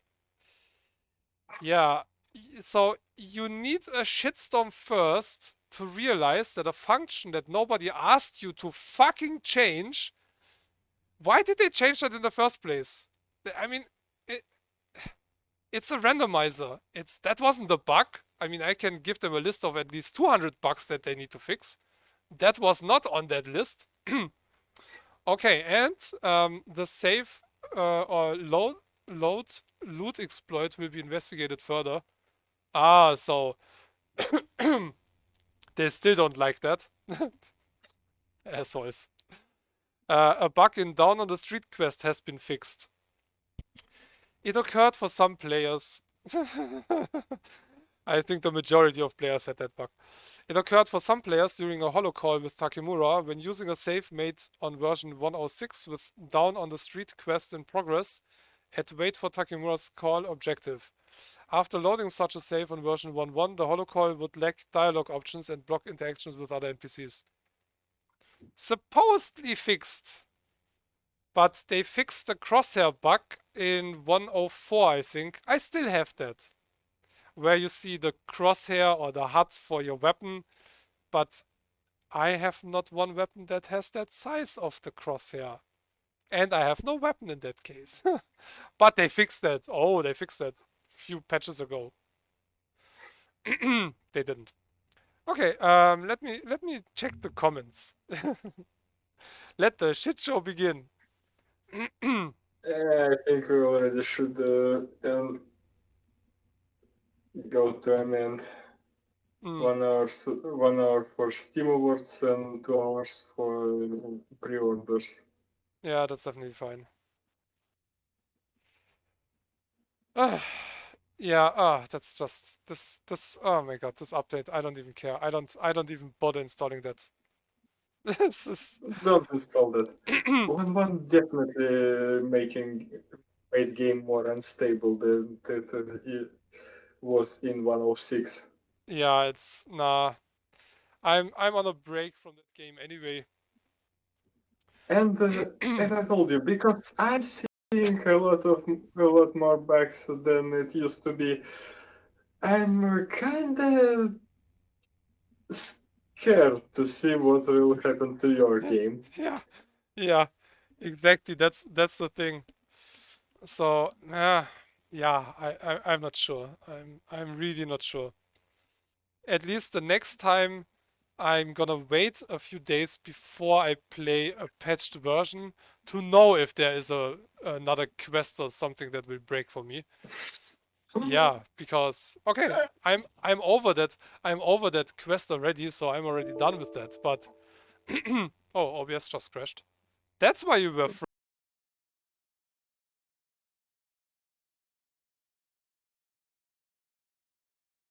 not on stream at the moment. Okay, now we can Okay, talk good. again. Okay, yeah, well, that was kind of weird. Well, at least it's an end of the stream. Yeah, definitely. All right, well, that was fun and much longer than I expected. Yeah, I'm somehow. yeah, somehow we managed to kinda we can talk for a long time about a lot of shit and never get distracted. Oh, look, a birdie. And I still need cover the game of the decades. Yeah, The games of the decade. we will do that. Maybe if yeah, we have to find a list because there are several lists who did that. I pick one from Forbes. Yeah, we Yeah, can I pick one from Forbes. if we have that list, I might actually maybe I play all the games we talk about in the stream, not while having the stream, but the week after or something like that, or the week ahead or so. Yeah, who knows? If you want, I can send you the link afterwards. And I will stream again later, but I have to get um, to the workshop to put my car there and drop the keys in the mailbox because it's getting repaired tomorrow. Yeah, I'm gonna play Medium later. Developers already playing it on Steam, it seems, but I'm not sure if that's out already. Let me see, because I'm playing that on Game Pass. Talking about Game Pass. I wanted to pre-order the Medium, but again, it's something that we actually talked about, so yeah, I'll wait a bit. Yeah, the thing, And the thing, I also don't have money for that. yeah, the thing is, it's from Bloober Team. Um, they released and made nice games already, but um, they did an update for um, what was the other game? Um, Observer. Observer is a cyberpunk detective kind of game, and yeah, it fits the pre-order stuff as well. And they released a System Redux edition with RTX effects. I think 2 new missions with new voiceover from Rutger Hauer, who died a few years ago, and he's the voice in the game. So unused voiceover was used, and you could pre-order it when you owned the game already. You only paid $5 for the full game, but you only had a week or two time until September 17th or so, and it was released in November. So if you had the game already and if you go into your library, you see news of all the games that you own on top every single day. So I knew that there will be a System Redux. I knew I will only pay $5 for it, and which is 90 or 90% off or so. And the regular price is $30 now. And a lot of people who didn't see that news, although it was posted not just on Steam but also on a few other pages, people are pissed now about that fact because now they don't get that discount anymore. So I like the fact that they remade that game with new content, new effects, and new stuff. But I also understand why people are kind of pissed about it. So I might have been a bit slower on the pre-ordering of Medium, but it's also not a game that I was looking for a year or two or something like that. I have it on my wish list on Steam. I saw it. I put it on my wish list because I liked what I saw. Um, but yeah, would not have been a game for me personally to pre-order really. So, but it seems, yep, I can play it already. Okay, so like I said, I have to get my car to the workshop, and that means I'm gonna enter stream in a moment. But I'm gonna be back and streaming the Medium for the next few hours because I'm not going to work tomorrow because weather is shit and I have no car. So, and I have enough hours already in February from this month because I'm only allowed to work a certain amount of hours. So everything I worked this week is already in next month. So I already worked one day basically. So yeah, Well, I showed you the weather that we had, yeah, and yeah. I still walked my way there. I mean, yeah, I walked to work last week in snow. Wasn't really that much fun. It was okay, but yeah, to work is one thing, but after work, walking home, that's the bad part. To work, as long as you still have to work afterwards, yeah, that's fine. But when you're done with work, I just want to get home. Sit my ass down. Don't walk half an hour or 40 minutes home in snow and shit weather and stuff. So, yeah, I that's better when you have to think about it, especially when you yeah. I mean, look at the weather like -52. you would have been walking there in sneakers, shorts, and a t-shirt, drinking a cold Coke with ice in it, and you were like, "What the fuck are you people talking about? I mean, it's okay. It's okay." Yeah, What did that Russian woman say? It's mild. Hey, it's mild outside. I don't know why everybody's wearing a hat. We had 4 fucking degrees, 4 Celsius. That's a teeny tiny bit over zero freezing temperature, and she was running around in a freaking it's fine. armless shirt. But yeah, I remembered the picture, spring in Russia, and yeah, okay, yeah, okay, yeah. Older woman, she grew up in Russia, so she definitely knows what cold temperatures are. And yeah, for somebody who is kind of used to -40 degrees, 4 plus, yeah, 4 plus is like summer. I mean, let's get real. That's a difference. I don't even know how cold -40 feels. I know how -25 plus freaking horizontal wind chill feels, which kinda felt like 40, they said. But real -40 I never had, so don't. -25 plus horizontal wind plus high humidity. Yeah, That's the stuff. yeah.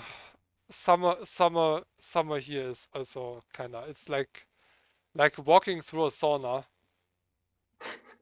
Walking through a sauna with freaking bright lights on.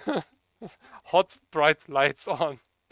Yeah, the humidity is what's so hardcore here. You have 30 to 40 degrees plus, and then it's just like, oh my god, it's yeah, like a sauna. Sauna is more fun and hotter. So, all right. Anyway, Lothar, famous last words. I already know what you're saying, but famous last words. Fuck Epic buying games on GOG. But careful because yeah, it's from Don't pre-order. yeah. Buy it on GOG, but don't pre-order it on GOG. It's CD Projekt we're talking about. Easy. Not only on GOG, anywhere, don't pre-order. Patience, young Padawans, patience. And yeah, after Cyberpunk, I think I'm gonna play Observer. I wanted to play that before, but then I decided differently. It has some similarities from the looks and stuff. Okay, anyway, Lothar, thanks for hanging out with me, talking about stuff, and doing all the stuff. Thanks for having me. And now we must decide what we're going to talk about next 2 months. We will find something. Yeah, We'll find as something. always. As always, exactly. All right, Lothar, you have a good night. Yep. Bye. Bye. All right, everybody.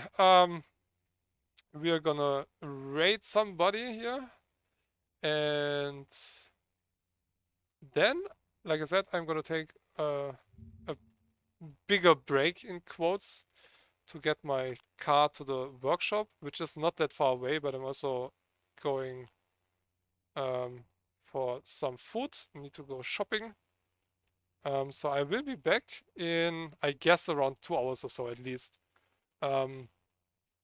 So if you want to see the medium, then you should definitely stick around or come back again. So, oh, she's not sitting there. I'm gonna raid anyway. Oh, do we have, wait, let's see before I rate her.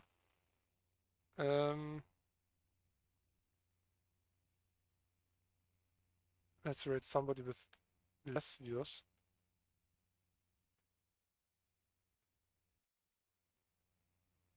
Maybe. I mean, I don't mind rating her, but I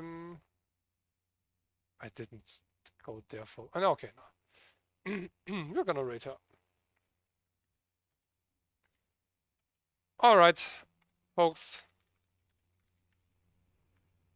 I hope you enjoyed me and Lothar and me, because only the idiot names himself first. So yeah, I hope you enjoyed Lothar and me talking about stuff for Digital Homicide. If you did, you should come back when we do it the next time. We don't have a date yet, but it will be mid-end of February. So yeah, and like I said, I will be back in around, I guess, 2 hours or so. So enjoy Continue. She's an awesome streamer. She did a charity event last weekend, managing to get over $10,000 for the Testicular Cancer Society. So hit up with a follow, show her some love. She's awesome. All right, that being said, time zone appropriate greetings to everybody. Have a good one. Bye.